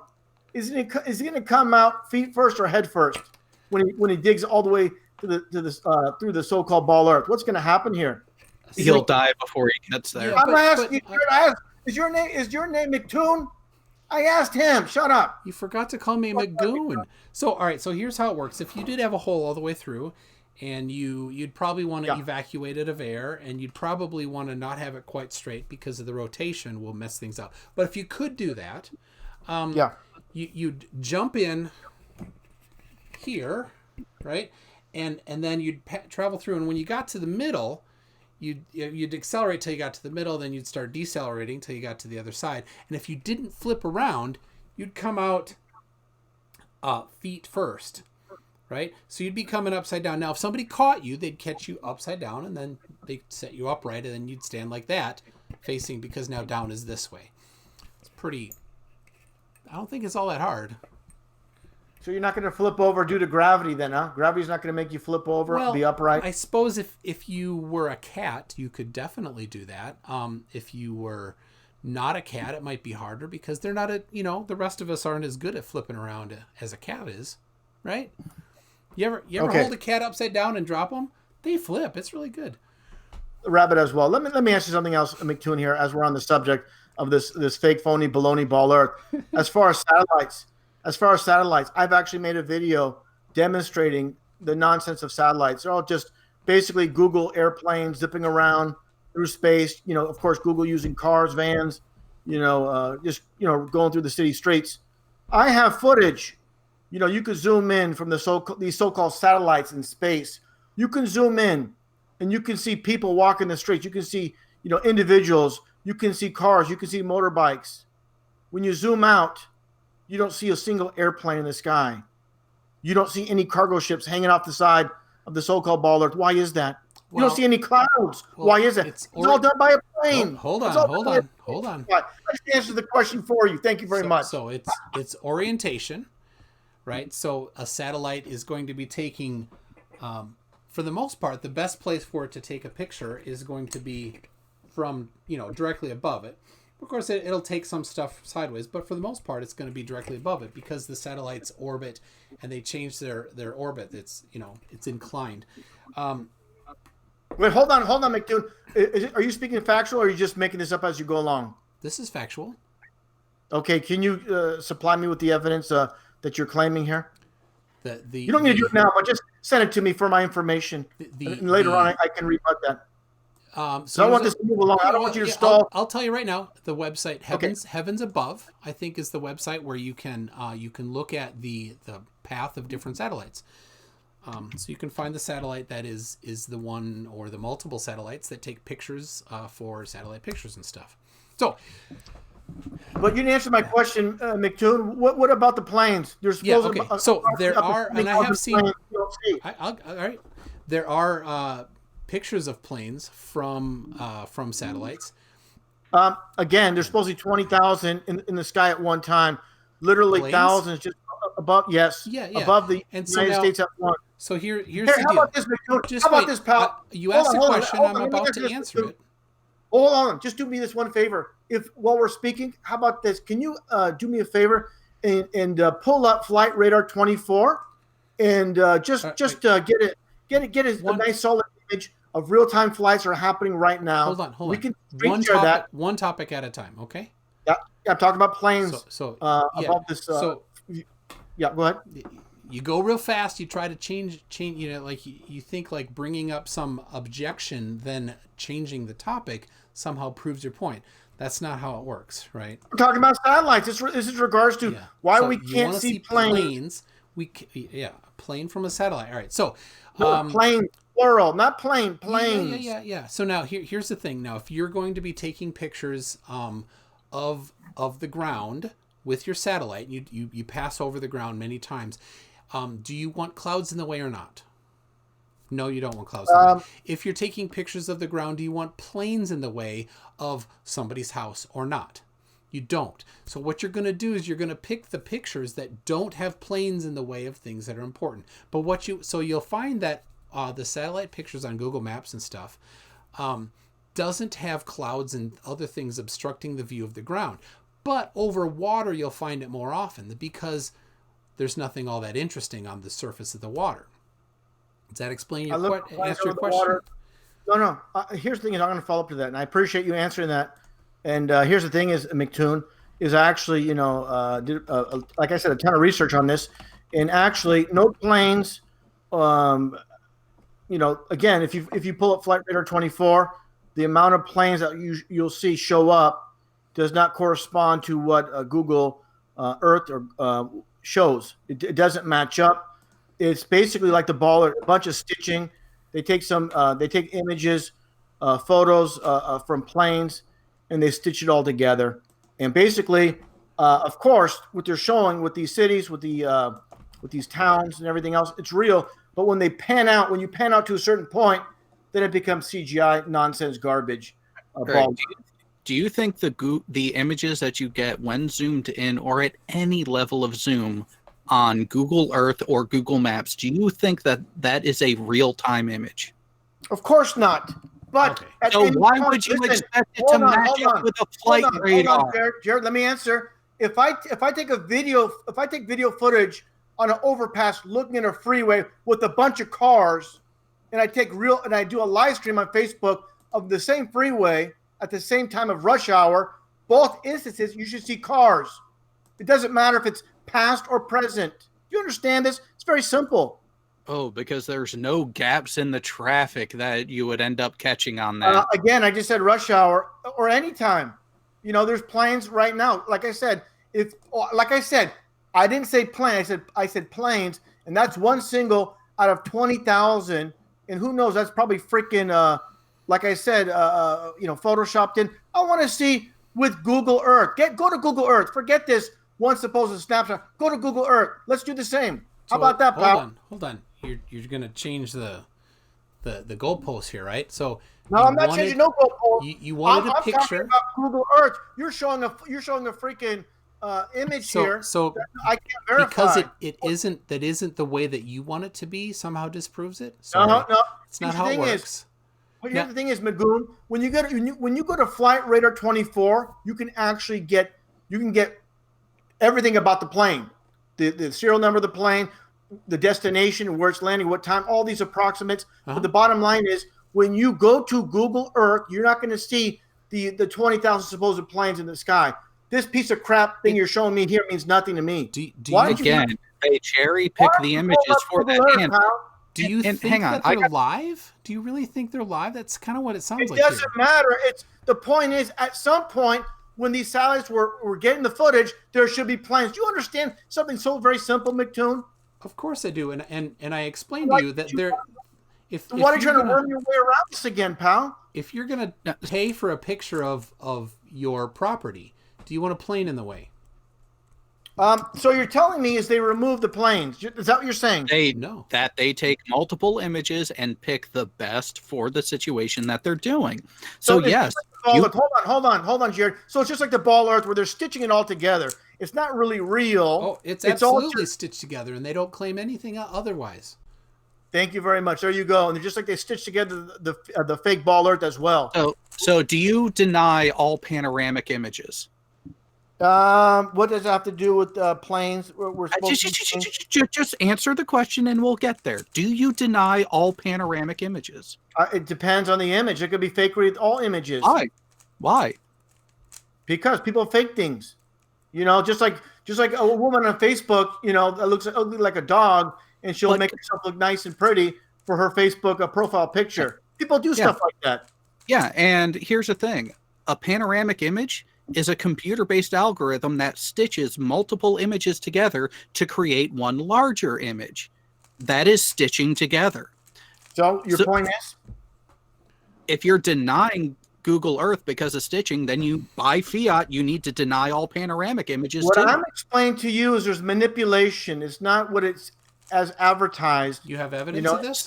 So it's manipulation if you take 5 selfies and only pick one of the 5 to post. Well, basically, they are picking. They're obviously. You just said. Yeah, you're taking an issue with that. They're taking out photos of the planes. You just said it to get the best possible. And what's the fucking problem with that? Sorry, MC2. Yeah, don't be swearing. That's not polite, pal. What's wrong with you?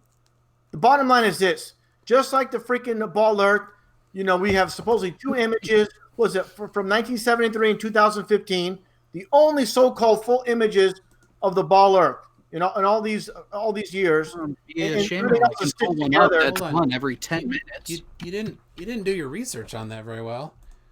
Well, I'll tell you right now. That's what the freaking Chicago Times stated. So you can have your beef is with them. So you can talk to them about that. You talk to them about that. I'll just go for the things that I know about. So let me ask you this, McToon. We'll keep on this topic. You brought up. Hold on. I'm gonna ask you this last question. No. What we're gonna do? You brought that topic up. We will explore it now. You ask it. We're gonna deliver. Right. Oh, Jared is presenting here. Hold on a second. Nice CGI garbage. Very nice. It'd be a shame if I could pull up a real-time image of the Earth. There you go. That's refreshed every 10 minutes. You can grab that image and spin it around all you want. You know that, right? I've done that before with this Hiroami 8. Go ahead. Grab on the ball and spin it. You can spin it right now. Oh, you mean just like you can do with the globe that's on your desk? It's Himawari, and that one doesn't actually... yes, you can. You can pull it up right now. If you put your mouse, put your icon on it, you can spin that thing. All right. Ha! I can zoom in. I can move it around. There you go. It's not spinning. RV, look. You're not doing it right, pal. It's not. Himawari 8 is in geosynchronous orbit. It's above the equator. It only gets one view of the Earth. I already did a video on this. I spun that like a toy, man. It's here. So as the Earth rotates, it goes with it. You're not doing it right, pal. How am I supposed to spin it? There you go. You're moving around there. You can share your screen and show us. RV. Himawari. No, I already have a video doing it. I'm not going to share my screen right now. I got my setup here. Oh. Here's the thing: is I want to ask you guys here. Okay, you made your point with this Hero Army 8. Here, I want to explain something to you. Now, let me ask you this simple question. You guys should know. You guys are NASA fanboys. When was NASA formed? What year? Do not hesitate. Do not Google it. Just a second. I'm not hearing anything. Just hold on. Oh, you're not hearing things. How convenient. Haha. Nice try, pal. Doesn't even know the foundation of NASA. My headset cut out. Hold on. Yeah, right. Come on, man. You're blowing it, man. You're blowing it big time. Flat Earth knows it. 1959, pal. Oh my goodness. You're disappointing me. Every time I appear on your broadcast, every time I appear on your broadcast, is supposed to mean what? And what is supposed to mean what? What is the relevance of your question? Well, I want to. McToon looks frozen there. What's wrong with you? Just a second.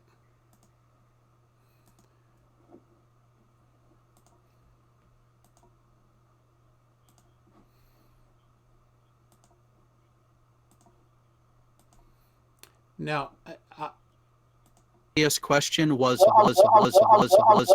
waiting for McToon to give me the okay to ask. He's not giving me the okay. I'm waiting. Are you ready, McToon? I'm ready. Okay, good. So, on the premise of NASA supposedly starting, the foundation founded basically in 1959. When was the first time they supposedly went in outer space? What year? I don't know. That's a good question. Look it up. I'll let you look it up. I know the answer, but I'll let you look it up. I'm going to be polite this time. When did NASA first put a rocket in space? Oh, I was actually going to say Wikipedia. about Yuri Gagarin. NASA began working on projects where people could fly into space on special designed rockets and come back to the Earth. Maybe you shouldn't have used malformed questions. Well, you should listen, you idiot. I said NASA. What's wrong with you? Clear the earwax out of your ears, pal, please. Why are you getting so angry? Because you're not listening. What's wrong with you? Why are you getting so angry? I didn't hear an actual Russian dude, RV. Are you up on your blood pressure meds? You should check that. No, it's just this idiot Jared is really ticking me off. It's okay, McToon. We'll continue on. This idiot, he could just shut his mouth and we'll continue on. Now, the point I'm making here is I'm going to ask you another question. Now, I'm going to be very calm, very polite about this. When did Virgin Galactic first form? What year did they first form?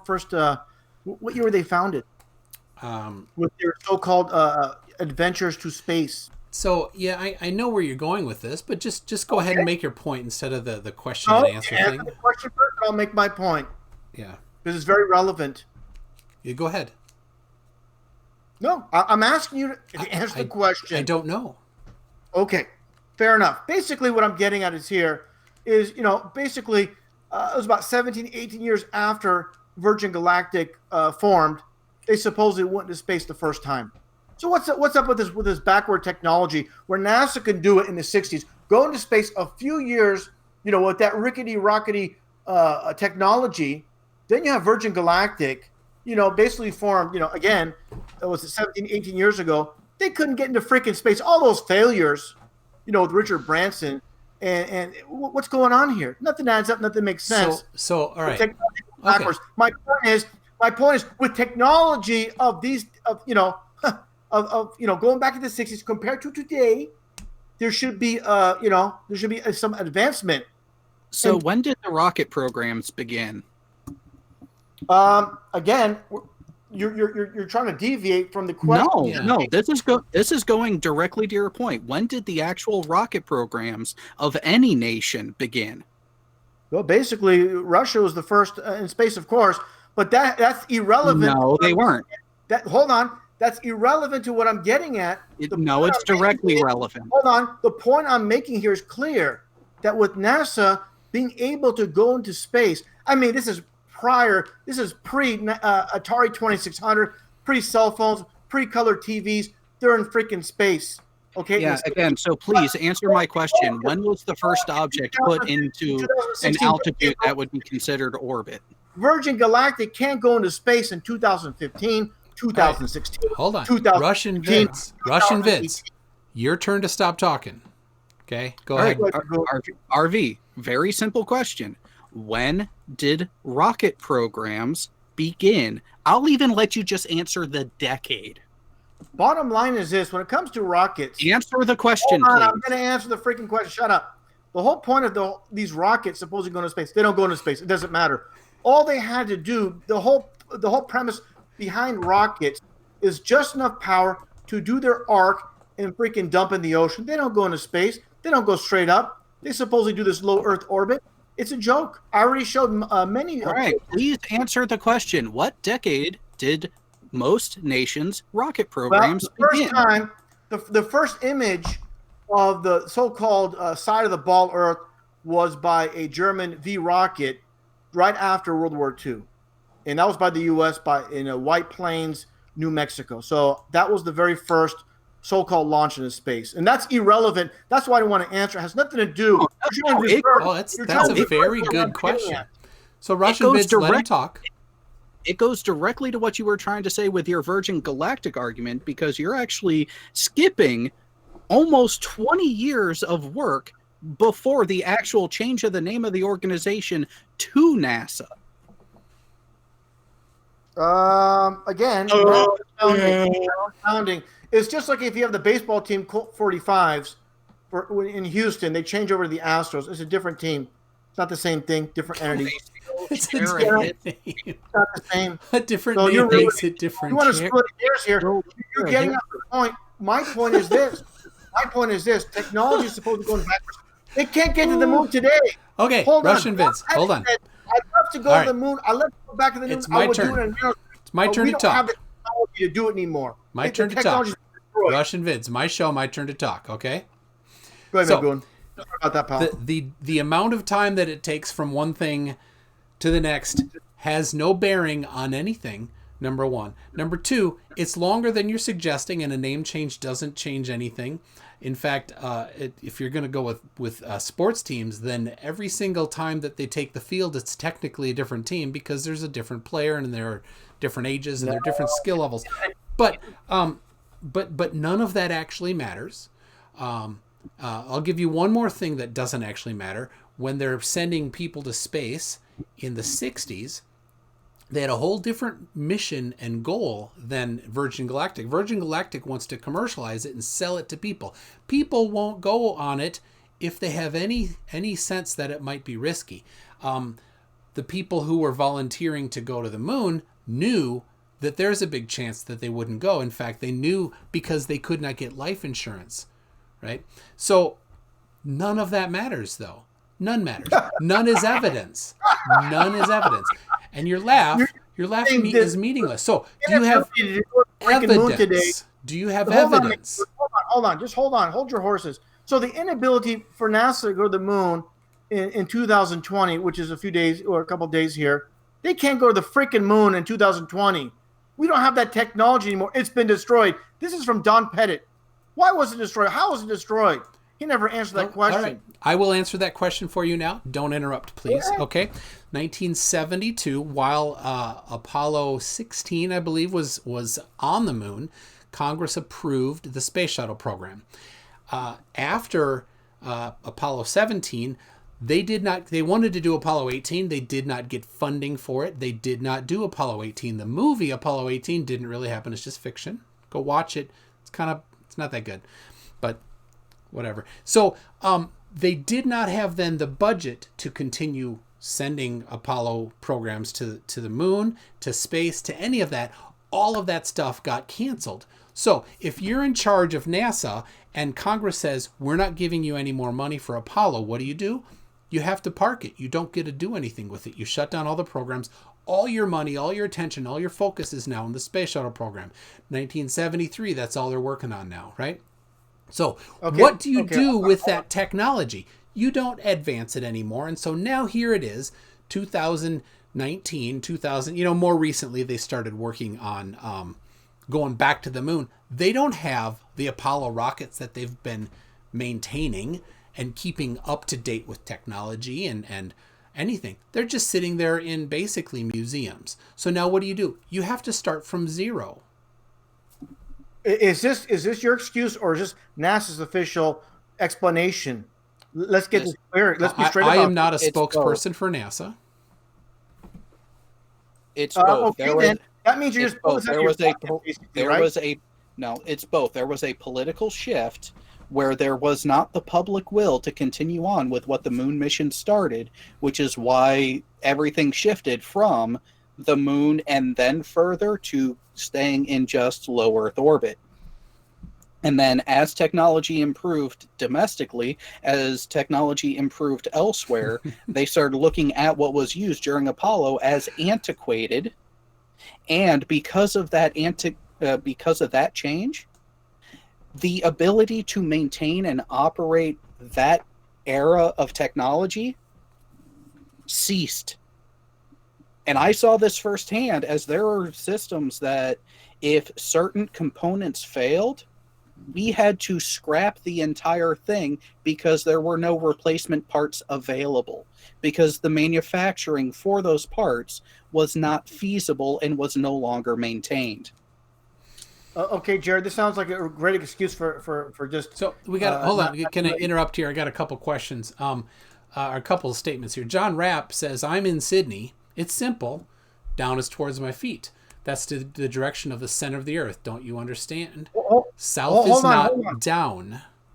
Hold on, McToon. You said John Krapp? That's his name in Australia? John Rapp. Hi, John Krapp in Australia. How you doing, pal? He's also a rapper. You don't need to be like that. Nobody's calling you names. Chris. No, I thought his name is Krapp. You said John Krapp? No, Rapp. Oh, Rapp. Oh, R-A-P. okay. John Rapp. Hi, John Rapp. Chrissy. Oh, Krapp, by the way. Go Chrissy, ahead. quote, they give us truth through Hollywood movies, unquote, RV 2019. And then John Rapp with an R again says, RV, you keep asking it, but what's wrong with you? Absolutely nothing. It's just the circus that's going on, the circus clowns. People think they live in a spinning so now, ball. They think they came from... Hold on, I'm answering the question. Hold on, I'm answering the question. These are just... Okay, fine. Let's see. I'm answering the question. People, the foundation of this world is this. People think they came from monkeys.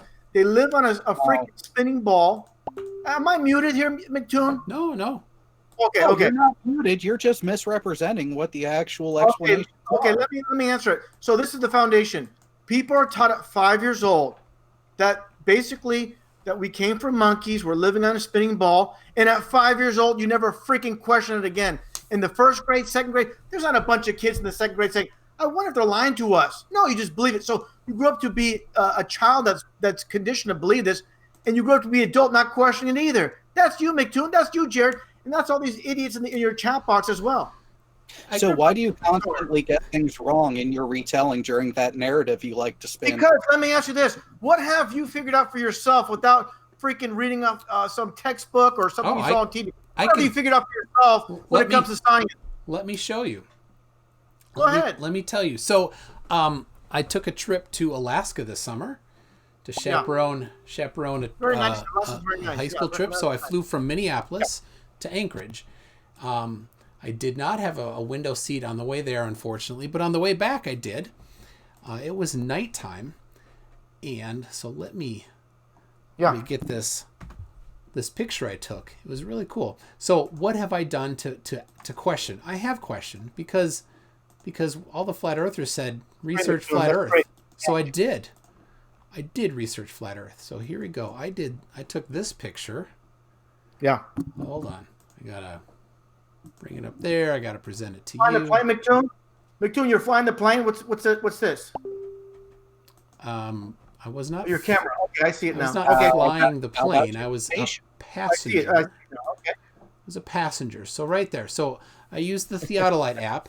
The day before, I had calibrated it at the mouth of the Kenai River in Kenai, Alaska, so that it had eye level or true level set correctly. And so here it is, taking a picture out of the window of the plane. You can see I'm at 35,091 feet. You can see the moon there below that crosshair. Hold on, McToon. Hold on. I got to ask you a quick question here. Is this just a still? I want to see some actual footage here. Why you just have a still? Where's your? You have some video. I'm explaining the observation that I did. Okay, if you want video of it, you can get on a plane. You can get the Theodolite app yourself and do it yourself. But you would just move the goalpost anyway. So I understand. No. Here's the thing: is I saw a video of someone attempting and claiming that the horizon doesn't meet up to eye level, and it definitely does. So do you have evidence to support that? Hold on. That's why I'm asking for video proof, not some still that you can manipulate. I want to see some actual moving stabilization of some video, and let's see what's taking place. So you have no evidence then? I have evidence. Well, present that evidence then. Let's see it. Didn't you watch my video? You guys are playing my videos. Obviously, something's wrong with your eyes there, Jared. What's wrong with your eyes, pal? Your video had no measurement in it. This is a measurement.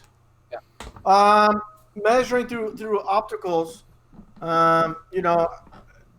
to me. Go ahead and stammer some more. Let me ask you this. Let me ask you this, Jared or McToon.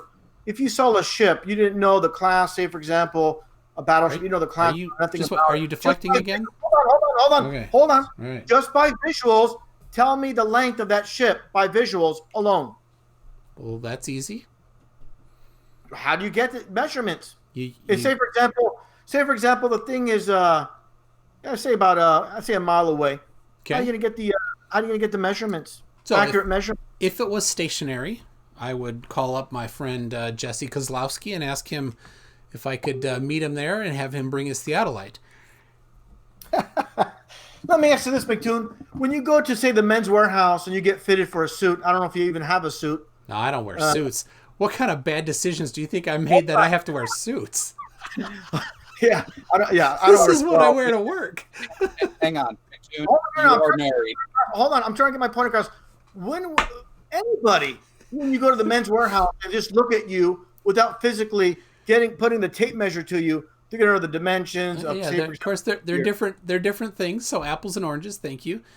Well, no, they're the same. They're the same because this is something that's intangible right in front of you. Much closer. It's much closer, not a mile away. It's much closer. So just through visuals alone, you should be able to measure from one shoulder to the other and get accurate measurements just on visuals. Certainly, you could. If somebody at Men's Warehouse wanted to build that technology, you could.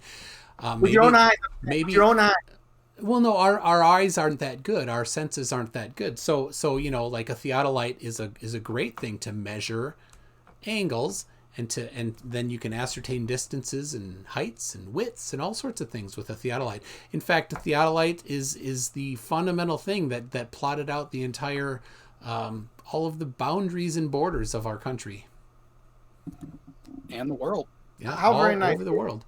So. And also, McToon, I want to ask a question. The whole technology with these GoPros in the fisheye lens, what's the purpose? What's the purpose of the fisheye lens being installed in drones? Are you wait, hold on. Am I bringing up any GoPro evidence here? Are you off on a different tangent here? So here, hold on. No. We're going to stick with this because here's what happened. Here's what happened. You asked me have I ever questioned the globe? And my answer is yes, I have. All the flat earthers said, research flat earth. So I did. And so here is a picture that I took with the Theodolite app questioning the globe. And I found that it could not have been flat because the moon here is below level. So either the moon is below 35,000 feet or we're on a spinning ball. But it's certainly not flat. Now, that's what I did. I questioned it. I measured it. Now, just the other day, last Sunday, a week ago now, 8 days ago, I measured the angle to the sun with Round Thinker, and I think Heat Shield. Are you still in the chat? Heat Shield did it as well. I believe he's out there. Yeah. Okay. Here's something I want to bring up, McToon, regarding your one single image. We have to remember one simple thing here, pal. It's just like that Joshua Nowicki and the famous footage he took across Lake Michigan, looking at the Chicago skyline. He's out there every day, and there was a follow-up over that whole controversy with this photo. You can see the Chicago skyline over this great distance, where the weatherman says we shouldn't be able to see these buildings. They should be around the curve of the earth. This is supposedly a mirage. So definitely. So you're running from this topic? Is this acknowledgement that you concede that the horizon does not rise to eye level? I'm getting to the point here. Just hold on. We'll get to this. Just let me finish. I'm making a point here. My point is this. Again, the weatherman claims this was due to a mirage, a mirroring effect, supposedly. Not mirroring. Which it was. No, not mirroring. Refraction, not reflection. Looming due to refraction. That's fine. You call it what you wish. But here's the point. You're going to refute it. I'm trying to finish my point. You guys are going to listen or not? Shut the hell up. If you're going to refute it, get it right. Hold on. Just hold your horses. If you're going to refute something, get it right first. Shut up the hell up. I'm trying to finish. Otherwise, you're constructing this. I'm going to finish my point and let you guys talk. Just shut the hell up for 1 second. Okay, here's the thing is, McToon, a follow-up was done because I know from someone on the inside, I made a video about this back in 2015. And I know, I believe the surname of this meteorologist was Kuhn. And basically, this meteorologist, he saw my video, and he did a follow-up with the guy, Joshua Nowicki, who took the photo. And I found it very interesting what he said. And that relates to your photo. That's what I'm getting at. He says, I'm out here daily, basically daily. And I get different results daily because the atmospheric conditions change daily. They're not the same. Absolutely. That's a great point. There's more of a lifting effect. There's less you can see. There's more smog. There's more fog some days. So it differs. So again, when it comes to atmospheric conditions and lensing, things could change. You take, for example, theoretically, if you're in the same spot yesterday, taking the same photo you did, you're not going to get the same results based on, again, the atmosphere changes daily. Not only daily, just several hours later. Thank you for making my point. Absolutely. You know what you can also do if you're taking observations and collecting data over a continuous period like that? What's that, Jared? Create an average and actually be able to start to make predictions from it based on the data set you're collecting. Okay. Well, the bottom line is this. On a ball earth or a globe, a lot of things are going to be the same. Like, getting back to supposedly, talking about. Yes, on a ball earth or a globe, a lot of things are going to be the same. That's right. So the bottom line is, for example, here's the big thing I always talk about is, again, the supposed, and I mentioned this last time. And thank you for ignoring that Freudian slip you had there. Hold on. I'm asking McToon a question. I asked him again. I'm gonna be concise with this, and I want him to answer it. So again, I asked before McToon, and there's a little bit of confusion in Red's rhetoric. He kept interrupting and just screwing everything up. And I'm glad he's not here because the guy's a complete. I can change that. No, I don't want that jerk here. I don't want that jerk. Anyways, let's get back to the point. My point is this. With the supposed orbit of the so-called ball around the sun, now, again, during summer, at night, we're looking at one sky.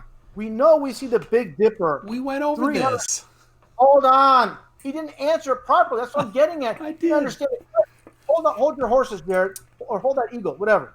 So you're looking at one direction, okay, during summer, at night, on one side of the sun. Now, in winter, you're making this supposed massive journey on the other side of the sun. Now you're looking at a completely different sky at night, facing the opposite direction. But you're not.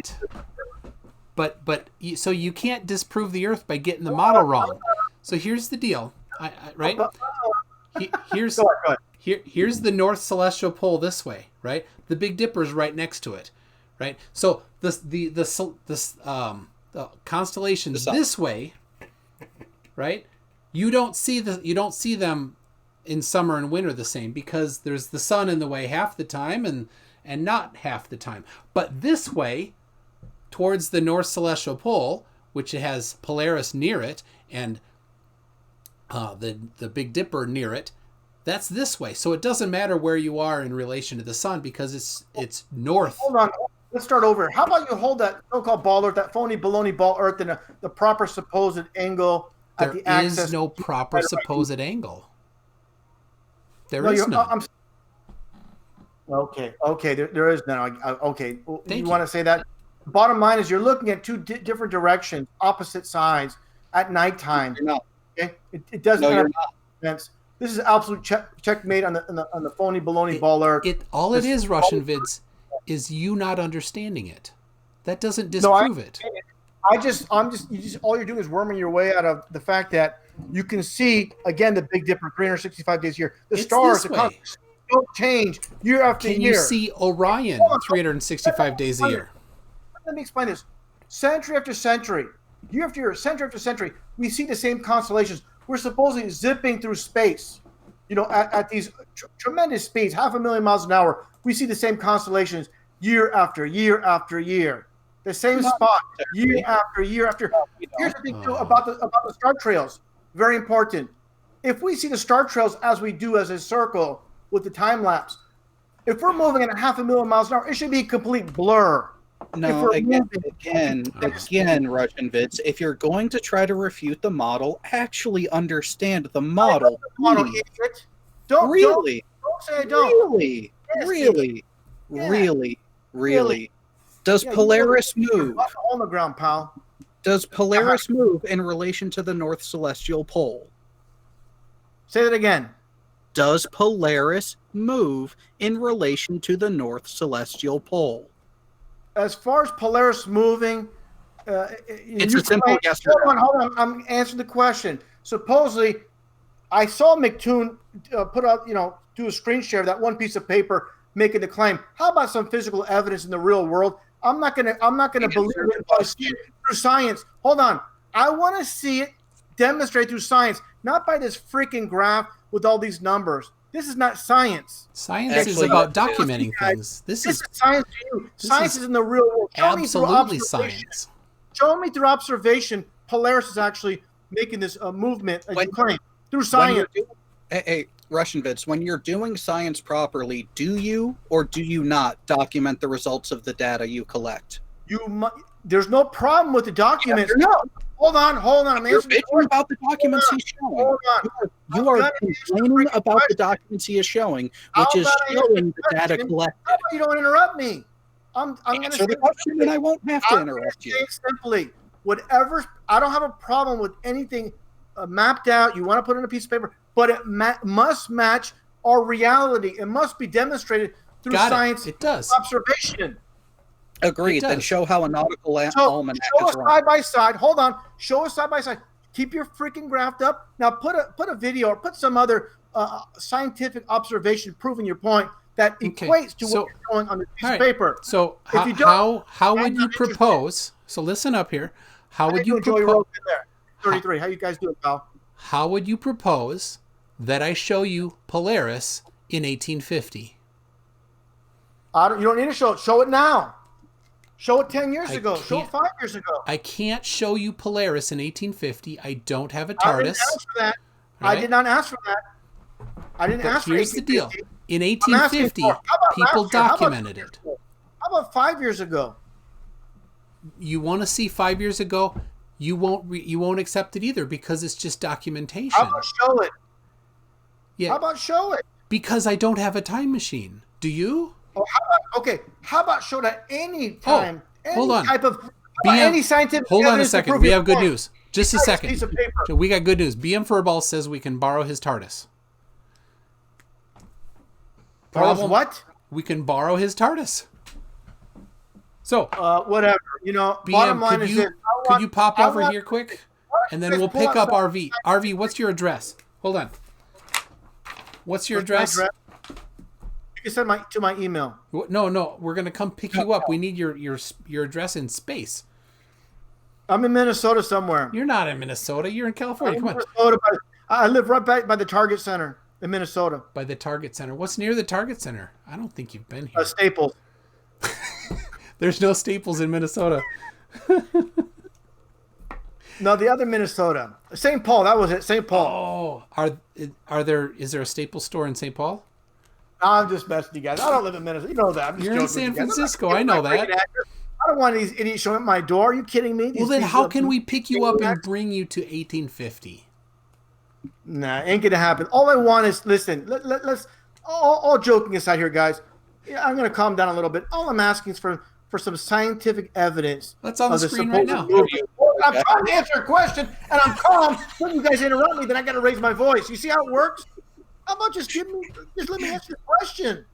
That's why I'm getting all ticked off. I'm getting all worked up. Just listen. There's two of you. There's one of me. We got about 1,000 goons here. 125 goons in the chat box, minus 33 and Joey Roke and a few other of my friends over here. But the bottom line is this. All I'm asking for, if you guys just hear me, I'm going to be very clear and concise. I want what you guys have on this piece of paper that you're screen sharing to match up in the real world. If it doesn't, it's nonsense. It's not real science. So go ahead and show that nautical almanacs. The current year one is wrong. Go for it. Again, if you cannot demonstrate it in reality, it's just pseudoscience. It's got to match up. That's what science. You know what it does. You know what the nautical almanac is. What's the scientific method? What's the scientific method? You know what the nautical you don't want to answer my question. is. Tune, what's the scientific Why method? should I answer your question when you're not going to answer mine? Because right, I'm asking. Hold on. Why should I answer Jared, hold on. He asked a good question. What is the scientific method? It is not a rigid set of rules handed down from on high. It is not. There is a scientific method, right? No, it is not the scientific method. It is a broad term, and it depends on what it is you're doing and what you have at your disposal. So there's somebody in the 60s that tried to formalize the scientific method, but it didn't work because different disciplines have different things that they need to do. So it's based on logic. Hold on, don't interrupt me. It's based on logic, inductive reasoning, deductive reasoning, observations, measurements, all sorts of things like that. Then you put together, typically, but not always, a hypothesis, right? And then you test the hypothesis, and then you make a conclusion. And if it supports the hypothesis, then you have some evidence supporting your hypothesis. It's not proven. It's just evidence supporting it. And then what you do is you repeat. You do it again, and you do it again, and you do it again. And once you have a whole bunch of different things that together support some unified idea, then you have some confidence that idea is correct. That's all you get. You get confidence. Let me ask you this. How many times has science been wrong in the past over the years? Plenty. Many. Yeah. Countless. So why should we hold firm on anything they're telling us? Hey, give me a reason. What it does though is the scientific method allows critical analysis. And so if somebody says, "I think you're wrong," that's totally it. I'm going to prove you wrong. You're welcome to do that. Do your research, put together your hypothesis based on some observations, test your hypothesis, and if your hypothesis is confirmed and it contradicts what something else has happened, then guess what? It puts question onto that previous thing. So you want to put question on something, go ahead, do the research, do the hypothesis, find out what's different. So we have the measurements on screen here. If you think those measurements are wrong, that many people have relied on, then put together a hypothesis, do your testing, find out if it's correct or not. And if you find something that's incorrect about it, thank you, point it out to everybody. But all you're doing is saying, I demand this, I demand this. No. You need to actually do something. Yeah. Okay, go ahead. Yeah, I was going to say this. Simply, science, it shouldn't be something flimsy. It should be something solid, not Absolutely. some math equation on a blackboard, Absolutely. on a piece of paper. Things need to match up in our reality. And if they don't, it's not real science to me. Okay, and so that's what the problem. doesn't match up with reality? It's a lot of conjecture. Science is so much conjecture, so much nonsense. Neil deGrasse Tyson, Bill Nye, all these clowns. What doesn't match with reality? You're claiming it doesn't match with reality. Please point it out.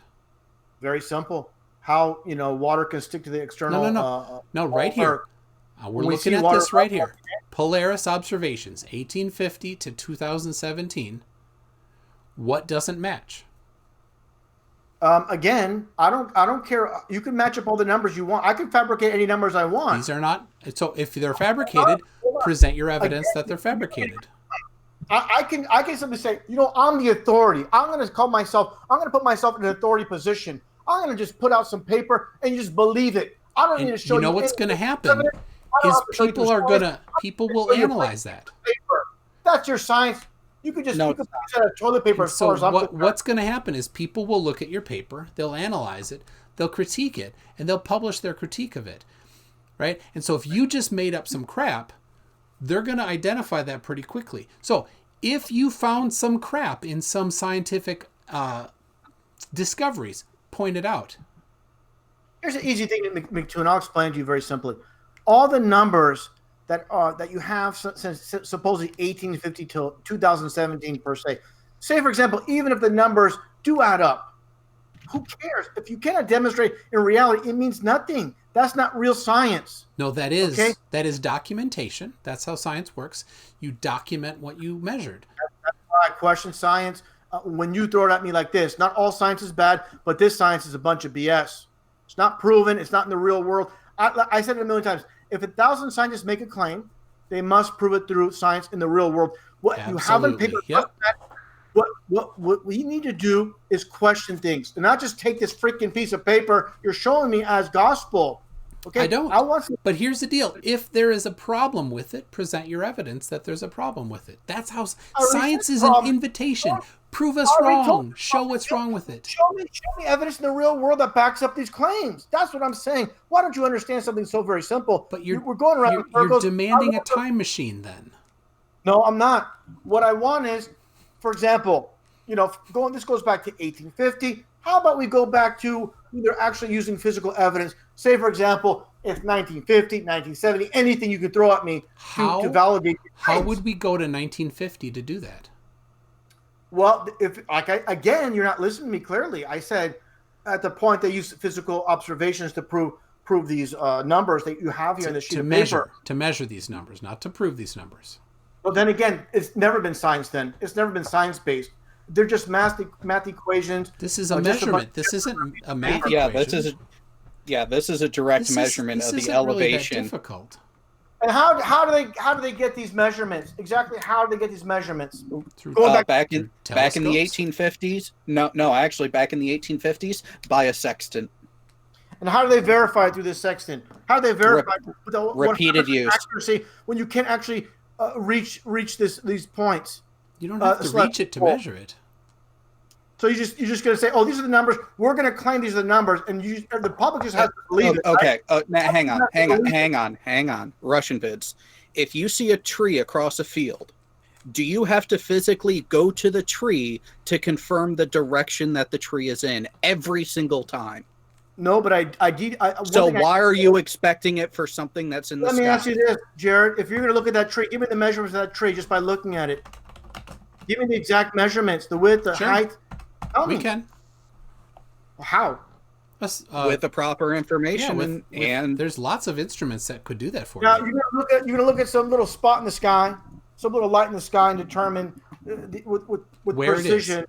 Absolutely. The exact measurements. It's a joke. This is the problem. Your foundation is completely off. You're just taking what. Just because you deny it doesn't mean it's wrong. Well, just because you claim it's correct doesn't mean you're right. Yeah, you're right. I'm not just claiming it's correct. I'm actually pointing to the thousands of years of experience of navigating by the celestial bodies that has been successful. There is that repeated evidence, that repeated proof, you want to say, of these being valid means. I myself made it across the Pacific Ocean multiple times. And a lot of the navigation was confirmed with direct celestial observations. All right, you know what, Jared? Hold on, just a second. We've been a little inconsiderate, Jared. We've been taking up the whole time with evidence for the sphere. So how about this? How about we give RussianVids an opportunity to give positive evidence for what you think the Earth is like. Sounds great to me. Yeah, I appreciate that, Jared. You're finally getting some courtesy, and I appreciate that. You're learning well from McToon, I guess. He's been somewhat polite tonight. It's a nice change for once, All and right, I appreciate. but jump to it here. Jump to it. So, Positive so evidence. let's see. Yes, Yep. positive evidence is this: simply water finding its level. Undisturbed water finding its level. Water must be contained to find that level. Explained by both. I'm sorry. It's explained in both, so Yeah. it doesn't work. And Let's let him. Hold on. Give him enough rope. You said you're not going to interrupt me. I'm trying to go on. For example, Yeah, no I'm not stopping you from going on. I'm just fine. going along. Thank you very much. Thank you. No evidence of Earth spinning whatsoever. If we're supposedly spinning. Okay. So hold on. Can we do one topic at a time? Okay, hold on. I'm going to mention 2 points. Okay. I'm going to mention 2 points, and then you guys can because you guys asked me to give you guys basically gave me the floor, but you gave me the floor, then you guys started interrupting me. Yes, we were asking for positive evidence. We are waiting for you to provide positive evidence. For example, there's many evidences that I see. For example, supposedly you have Los Angeles, Mexico, these major cities have all this smog hovering over it. We're supposedly spinning at this tremendous amount of speed, and all you have is this smog hovering over LA and Mexico. No evidence of this Earth spin. Supposedly we have in the museum, what do you call those again? The Fulcrum pendulum. This supposedly proves the Earth's rotation. Why don't you have a chandelier swinging side to side? Why don't you have these cranes that are not in use in the wrecking ball? I'll take this, Jared. It's all a joke. All you have with these the focal pendulum is a bunch of magnets, you have to push it to get it going. It's just a bunch of nonsense. So nothing about this spinning ball Earth is reality. It's just a bunch of nonsense that anybody that has their own mind can see. Okay, so that wasn't actually positive evidence for anything. But 100% positive. But we can go with it. So on a flat and stationary Earth, you would expect smog to be stationary above the area that it came from. On a spinning globe, you would expect the smog and clouds to sit above where it went because of the conservation of angular momentum. Now, there is measurement of the Earth's rotation. Foucault pendulum is one way to do that, but it's a kind of a rudimentary way to do it. It's very physical and it works well, and you can do it yourself with a large weight in a big bunch of magnets. No, do it yourself. Feel free. You don't need any magnets to do it. Just need a tall enough area and a heavy enough weight. Hey, you got to push it though, right, to get it started, right? Is that correct? No, you don't. No, you don't. Show me without pushing it. But that's not the topic here that I'm bringing up. I put in the chat mctoon.net/rotation, and then if you scroll down to the peer-reviewed publication measuring the rotation of the Earth, right? So if you want, there's a whole bunch of them, and if you know how Bob Nodell measured the 15 degree per hour drift, right? Thanks, Bob. He used a fiber optic gyro or a laser gyro, one or the other. Doesn't matter. Ring laser, yeah. Doesn't matter. He goes back and forth on what it was, but it doesn't matter. Principle is the same. Yeah, it's the same thing. So he measured a 15 degree per hour drift, and then he didn't like that, so he put it inside of a Faraday cage, and he still measured that drift. And then he planned to put it inside a bismuth chamber or something to try to block the heavenly energies. He never reported on whether or not that was successful. But you don't need to go to Bob because that's not a very well published experiment. You can look at this one here. There's a bunch of them. I think I have 11 different measurements here. Hold on, don't interrupt me. Sensing Earth's rotation. Go ahead. Yeah. Sensing Earth's rotation with a helium neon ring laser operating at 1.15 micrometers. So we'll pull that up here. That is a peer-reviewed publication wherein, I believe this is in Germany. And I'll be sure to share my screen so that you can see it as well. And I did put it in chat so that you can pull it up. I think that's it there. So there it is. So they measured Earth's rotation using a ring laser. How about you doing that, McToon? No, but that's not, science isn't you need to do it yourself. Science is people do it. Oh, no, don't. I'm sorry. Did the beginning of your sentence interrupt them?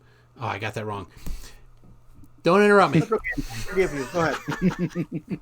I forgive you. Go ahead. Somebody does an experiment and they document it so that somebody else can read it and say, I don't know if that's right. I'm going to critique it. I think you're wrong, and I'm going to prove you wrong by doing that experiment myself and showing that you lied about it or something like that, right? So, but the thing is, it's been done many, many, many times. So here's one of them.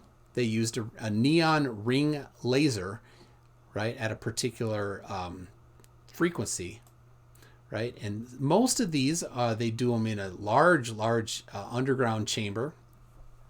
And they measure the rotation of the Earth. It uses the Sagnac effect, right? Now, that's not the only one. There's a bunch of them that are optical. Now, if you want to use it that's not optical, there's plenty. There's this one here. Detection of the Earth's rotation using superfluid phase coherence, right? So we can look at that one here.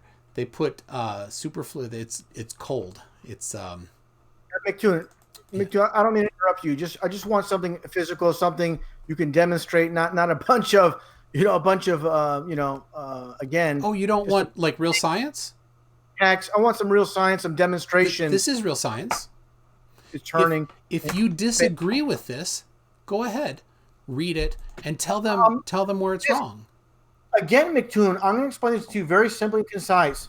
I don't mind. You don't like science? Hold on. I don't mind you demonstrating this literature here, these math equations. That's perfectly fine. This isn't a math equation. It's a measurement. Hold on. I see a math equation right there. Just hold on and listen to what I have to say. Just listen. What you demonstrate here on paper must reflect in the real world. If not, and it does. It's just absolutely, nonsense. Yeah, that's called the results segment of a published paper. But the problem is this. You have a bunch of students here, a bunch of idiots sitting in a classroom. Just don't question anything that the teacher says and just believe, it's in a textbook. Actually, that means it's true. It's quite the opposite. You don't have to prove it to me in reality. Show me a textbook and I'm going to believe it. Because everybody else believes it. Hang on. That sounds smart says it, so it must be true. That's not good enough for me. That's good enough for you guys, but that's not good enough for me. Let's get a frame of reference here. MC Toon, do you have a collegiate degree? Do I? I do not. Yes. No? All right. RussianVids, do you have a collegiate degree? None of your business. Actually, it is relevant to this right now. Relevant to one person. It is relevant to another through the scientific method with evidence, observation. It's relevant to a claim you just made. So I don't care. You try to use this high horse. It is relevant to what you just claimed. 12 degrees, so we must believe them. It is relevant to what you just claimed. Do you or do you not have a post-secondary education? It's irrelevant to the fact it's not. Foundation of this world. No, it is not. It is. You cannot directly material. So you start propping up people. This person has 12 degrees. I'm sorry that the middle of my sentence interrupted the beginning of yours. That's not science.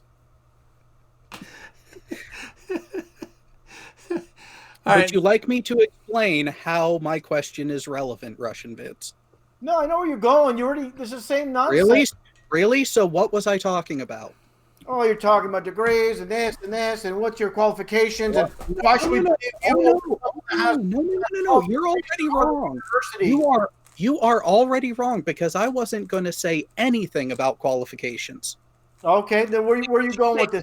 I'll hear you out. You made one claim that is functionally wrong. You said that we are given this information and are just told to accept it. However, especially in post-secondary... Like the piece of freaking paper you're showing me. Stop interrupting. Hang on. Let me explain why my question was relevant. You made that claim. However, in your STEM degrees, in your science, technology, engineering, and mathematics coursework in a post-secondary setting, if you are doing a science, engineering, or technology course specifically, you have a lecture component and then you have a laboratory component. It is quite literally taking what you're learning in the lecture portion and putting it into application in the laboratory to show that the principles work. I want these principles to be shown in the real world, not some freaking That laboratory. is the It's lab. okay to do the experiments in the laboratory, but I want to see this in the real world. I want to see this in the real world. Do laboratories not exist?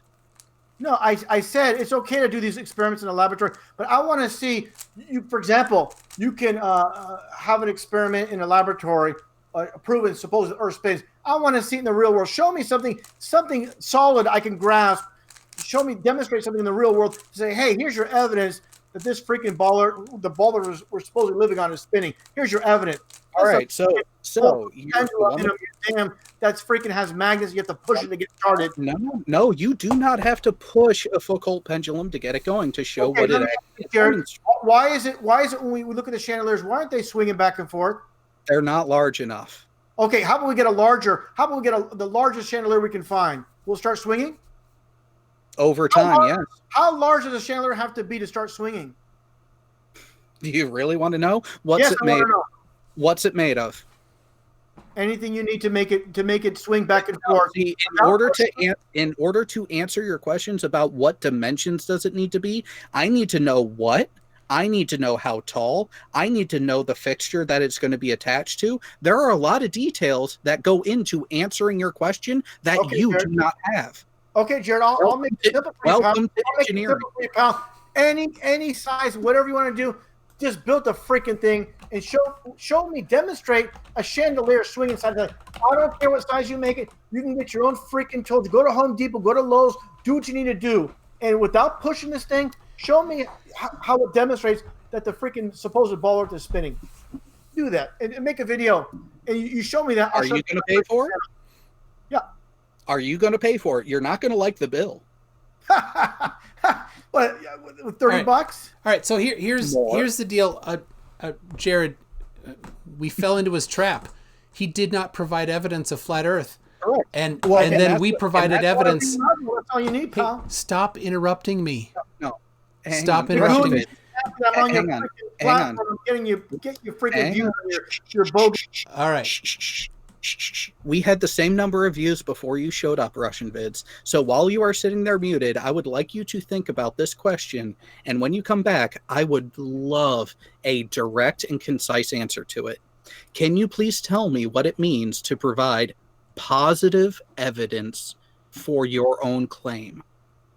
Again, I said it, and I'll say it very nicely, very calmly. Water being level. No. Hold on. I'm not finished. That was not my question. You are not answering my question. I'm answering your question. You want evidence on Earth? No. That was not my question. Would you like me? Would you like me to being level? RussianVids, would you like me to repeat the question for you since you didn't hear it? Repeat the question, Jared. Repeat the question. Tell me what is positive evidence for a claim? Something that can be demonstrated objectively. No. Very simple. No. So I guess something that you can show and prove is not good enough. You do not even know what positive. You want to get technical now. You want to shave hairs. That's what you're doing. Shave hairs do 1,000 splices. No. I'm trying to be clear, concise. What's your point, Jared? Get to the point. Stop wasting my time. The point is, you don't even know what positive You're evidence. freaking wasted time, Jared. You're a wasted time. You try to split hairs. It gets nowhere. Wasted time. Be concise. What you want to know. Answer the question. What is positive evidence for a claim? Obviously, something you could demonstrate. Wrong. Would you like the actual answer? Give him the answer. Positive evidence for a claim is information that can either be deduced or demonstrated that can only be explained by said claim. I already said that, but you just No, word you it didn't. differently. No, I said no. something you can It has to be, demonstrate it has to be objectively exclusive. in the real world. Exclusive. Exclusive to your claim in favor of. The evidence you provided was not positive evidence for a flat Earth. The evidence you provided was negative evidence for a globe. There is a difference. No, There is I'll say this. When I talk about water, when I talk about folklore, yes. hold on. Yeah, when you were talking about it, hang on, my time. When you were talking about those things, the way you phrased it was, this is happening and it does not comport with my understanding of the globe model. That is how you phrased everything. Yes, it is. Go back and listen. These things I'm pointing out disprove the bald Earth, and it brings you back to a stationary flat Earth. That's the point. That's the point. Okay, so if I say that you're an idiot because you're not smart, is that me providing positive evidence or negative evidence? Negative evidence. Not true. That's what you did. Well, then I'm putting it all together. Positive evidence, negative evidence, everything to prove we don't live on this rocket water ball zipping through space that you believe. You believe in the last hour. Hold on. You believe in the last hour we spoke, or even over, we traveled 500,000 miles an hour through this supposed universe, through space. Yes, I get it. I get it. I get it. Spinning 1,100 miles. You believe that. I get it. Nonsense. I get it, RussianVids. What's your evidence for that? All right, RussianVids. I get it. Large numbers scare you. No, large numbers don't scare me. It's just not reality. All right. That's enough, RussianVids. You need to calm yourself down. All right. Here's the deal. You're talking water finds its level. All right, Jared, I'll take this because in his Jared's explanation is that it needs to be exclusive, and water finding its level is not exclusive to flat Earth, right? Because level doesn't mean flat. Right? I've heard that before. Right? Because this is flat, right? But this is not level, right? So, and in fact, in surveying, they have a well-defined description or definition of level.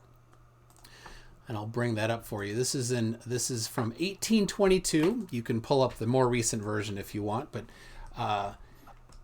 the 1822, a treatise on practical surveying. This book was actually first published in the 1700s. So here, leveling is the art of ascertaining the perpendicular ascent or descent of one place or more above or below the horizontal level of another for various intentions, and of making out courses for the conveyance of water. Here's the important part. The true level is a curve conforming to the surface of the earth, as in ABG. So if you look at that diagram there, ABG is a curve. Top is A, B is around the curve, G is farther around the curve on the right. That is what level means. So if you say water finds its level, we say absolutely. It finds its level. The level is a curve. So now I'm asking for positive evidence for your claim, which would then be exclusive for the flat Earth and wouldn't match a spherical Earth. So you say water finds its level. I say perfect. It does. On the curve, its level is a curve. So what do you have as do you have, for example, a measured flatness, right? Not level, flat. You have measured flatness. Yeah, water. Again, let me explain something to you. But it's a curve. Hold on. You show me your cell phone, and you're comparing apples and oranges. You're showing me a solid item in a cell phone. You're bending it. You're putting it at an angle. Do that to water. Demonstrate water like that, please. Show me that in a static form, water in that position. It's never going to happen. Are you serious? You seriously want that? Really just showing that phone sideways. Do you really want that? Yeah. Do you really want that? Yes, I really want that. All right, hold on.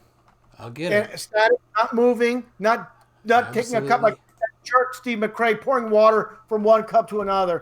I'm not talking. I'm talking about static water. Here we go. Good old Tommy Gronfeld. Here it is. He went to a place called the End of the Earth in Norway. He has his location here. This is mctoon.net/left to right curve 2, because you got number 1 before. This is number 2. So here it is. He has a known straight edge sitting there right across the surface again. Oh my goodness. Absolutely. There we go. And so he now the problem is, of course, that's pretty difficult to see. Here is the original let's see, is this I have the original picture that is the nope, that's not the original. He has the original picture right here. Click it there. It's like a little bridge. And it's like, yeah, so the original raw picture from his camera, which is a big file. It is 21 megabytes, right? So it's difficult to see. We can zoom in here a little bit and see it. And if we zoom in real good, and this is a little bit of a preview, so the quality's not great, but you can see here on the left side, it has a little gap between the straight edge and the horizon. And we go to the right here, it's going up, it's going up, it's going up, and then it continues to, it actually curves down. And we'll show you here. I know you love this part.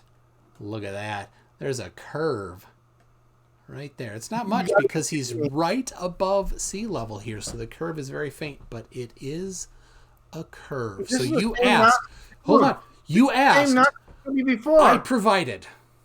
You're welcome. Again, this is the same nonsense you showed me before, and I looked at the. I know. Isn't it great?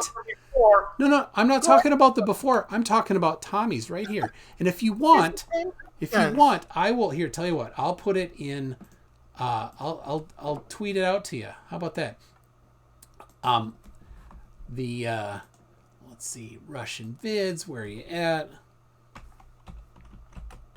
Some more nonsense you're throwing at me. You know, some visual that can, you know. Oh yeah, you know you don't like it. Go do it yourself. Disprove it. This compressed photo, nonsense. And also that straight edge is not straight. It's freaking not straight.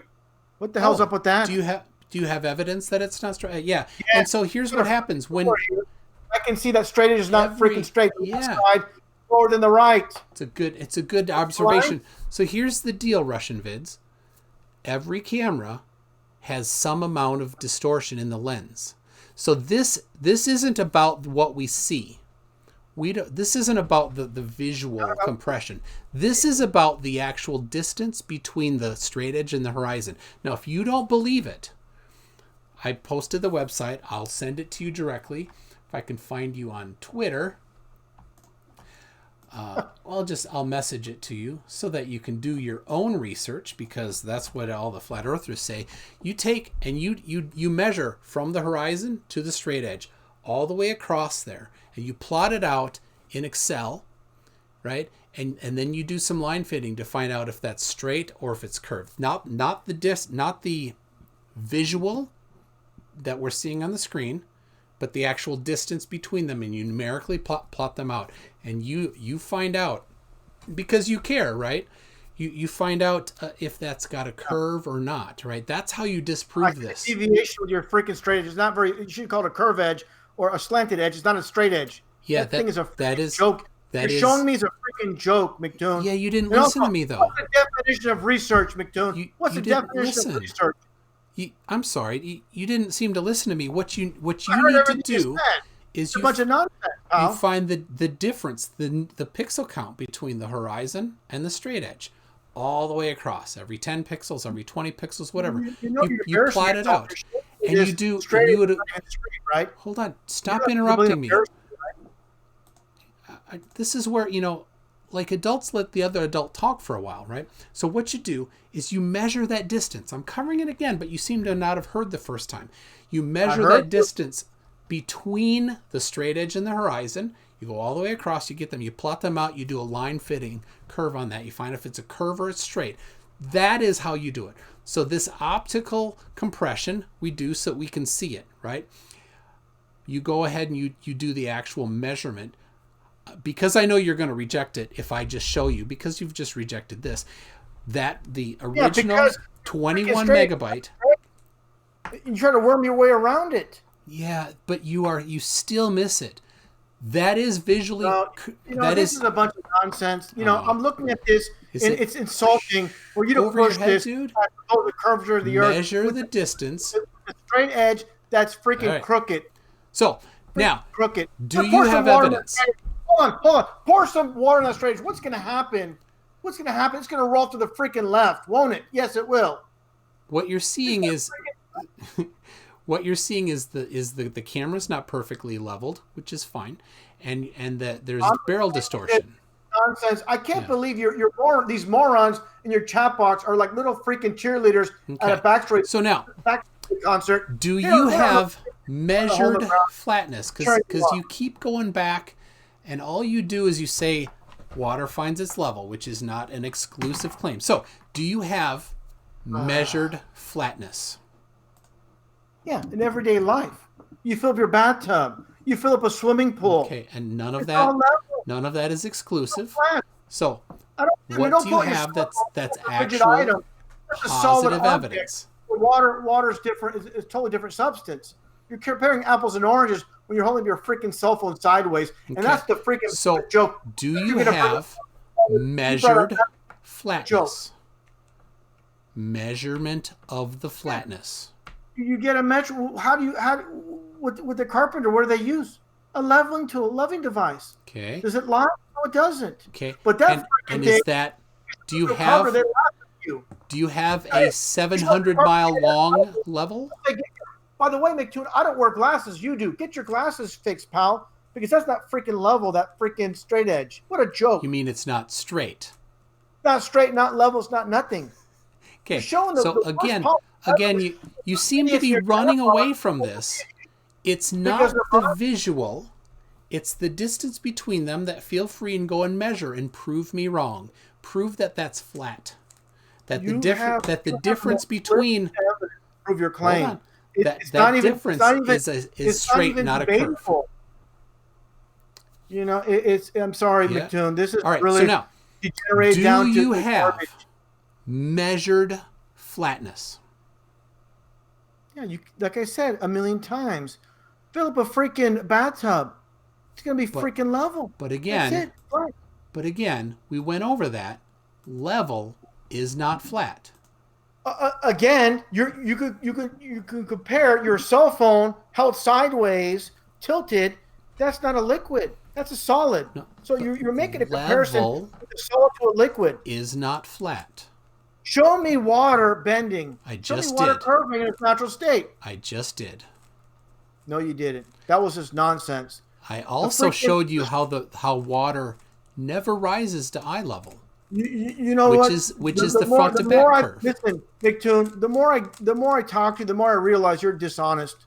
You're a very dishonest person. You're pushing obviously the deflection. So you don't have any measured flatness. And see, that's a complete joke. Just say you don't have any. Not even straight. That's okay. So I don't have any measured flatness. Okay. McToon, you're just digging yourself a hole. I understand how difficult it is to have measured flatness when the Earth is not flat. So it's not. There's peaks and valleys. There's peaks and valleys, but water is level. I don't envy your position. Right, because you don't have any evidence. All you have is water seeks its level, and as we see on the screen here, level is not flat. Level is a curve. All you can do is show me this nonsense, this freaking graph again, and some really beyond sketchy evidence with a straight edge. It's not even straight. What a joke, McToon. So, your whole presentation here's is a joke. The thing. Your whole channel's you a have joke. Not yet brought any evidence. Not one thing. Not one. You brought nothing. Nothing at all. I got to come in here and get some competition, get a challenge. I didn't get that. I got a bunch of nonsense. But you freaking straight. But you didn't bring anything. If you showed someone, if for example you show someone, say for example a table, and you said I want to put my glass on that table, what's going to freaking happen if you put your glass? It's going to slide off. So if that was a table, do you have measured flatness? Anything? Yeah, let me anything? do you have measured Something that measures the Earth is stationary. Yeah, what I'll do is this. I'll do this real quick. I'll go to my bathtub. I'll fill it up with water. I'm going to get a photo, and I'll send it over to you. But level is a curve. So... yeah, in your own mind. Not my Level mind. In the mind of professional surveyors since the 1700s at least. Again, when it comes down to building these structures, they don't put curvature into their equations, like the Golden Gate Bridge. Any of these structures, they don't. Do you have the schematics for that, so you can show that there's no curvature? I did a while ago. I actually looked into it. All right. Don't make a claim if you're not ready to back it up. I'll get it next time. Just like I'm not asking you to present everything next time right now, but you can look it up yourself. They don't count for curvature. Got it. With the freaking Golden Gate Bridge. Of course they don't. No, so they don't. Says you. Show me a building. Show me. How about this, McToon? Show me a building besides the Tower of Pisa. Show me a building in the distance. Tipping away, going back, going to the right, going to the left. Due to the curve. Of course, nothing would curve to the right or left because that's not how it works.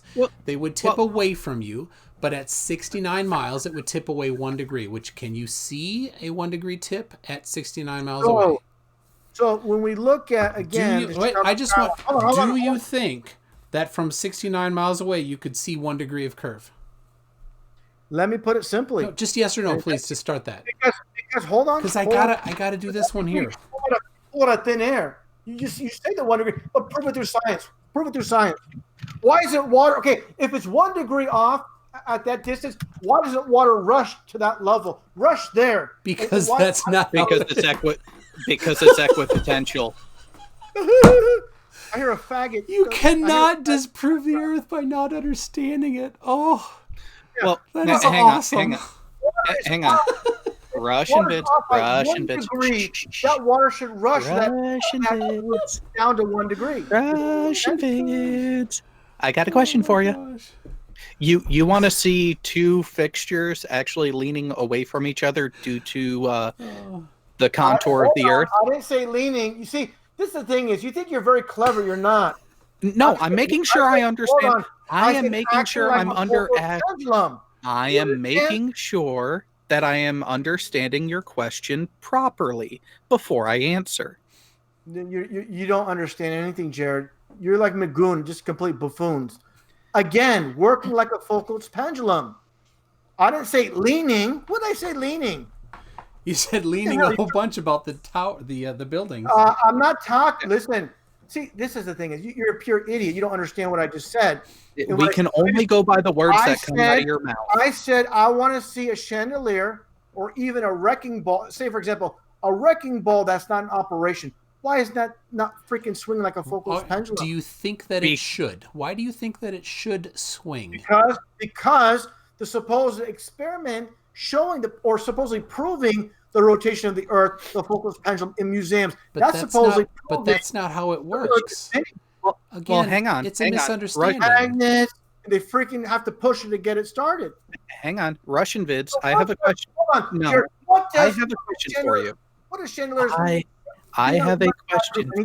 Quiet down, I have a RussianVids. question for you about the wrecking ball. So when a wrecking ball is not in use, where is it? Don't ask him questions. He can't answer a question. Just where do talk. you think it is, idiot? It's wherever it needs to be. If it's in the freaking, it's where it's supposed to be. The company, or it's in the construction site, wherever it needs to be. So how do I know? It's all theoretical. Why would you ask a stupid question like that? Oh no! Why do you waste my time with stupid questions like that? Who cares where it's at? Because where it's at? What is it? How's that relevant? Because where it is when it is not in use directly goes to whether or not we would see it naturally out in the wild in life. Because what happens when a crane is not in use is they lock it in position and they drop the weight of the wrecking ball and put it on the ground. They don't leave it free hanging. All right, well, so Jared, it's a valid question if a crane is just hanging there, not resting on the ground, not locked in position, why does it not move around? The answer is conservation. simple. Yeah, conservation of angular momentum, and then the only time you will see something additional to it is if you have actually a high enough wind state when they're not going to be using the crane anyways, which, oh, by the way, in those conditions, they make sure that shit is fucking locked down, so my apologies, sorry. Okay, how about this, Jared? How about you rent a freaking crane and get your own wrecking ball and prove your freaking spin? Are you going to fund it? I will. And then will you shut down your channel and make it flat afterwards? So shut down your channel. Hang on. Apologize to RussianVids for all your. What's your hypothesis, RussianVids? What's your hypothesis? Hang on. Well, hang on. Even before that, I want to make sure. RussianVids, can you take a screenshot? Better yet, a scrolling screen record of you logging into your bank account from a mobile application and showing that you have 6 figures in your bank account right now? Because I want to make sure you can actually afford it. All right, you're not getting any money, pal, because here's the deal. You have no evidence. You have some flimsy evidence. RussianVids, here's like the question. Did with the freaking straight edge, all lopsided. All right, you're muted, dude. You need to let me talk. What do you think should happen on a spinning ball to a pendulum, a chandelier, or a wrecking ball when it's set stationary? What do you think should happen? Go ahead. You're still muted.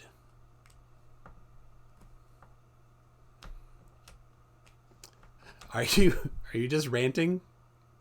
Because you're probably you're muted, RussianVids. You need to let us talk to. All right. So, did you even hear the question? Yeah, Hannah Anderson. If I'm muted, I'm gone. Take it easy, guys. Okay. Nice talking to you.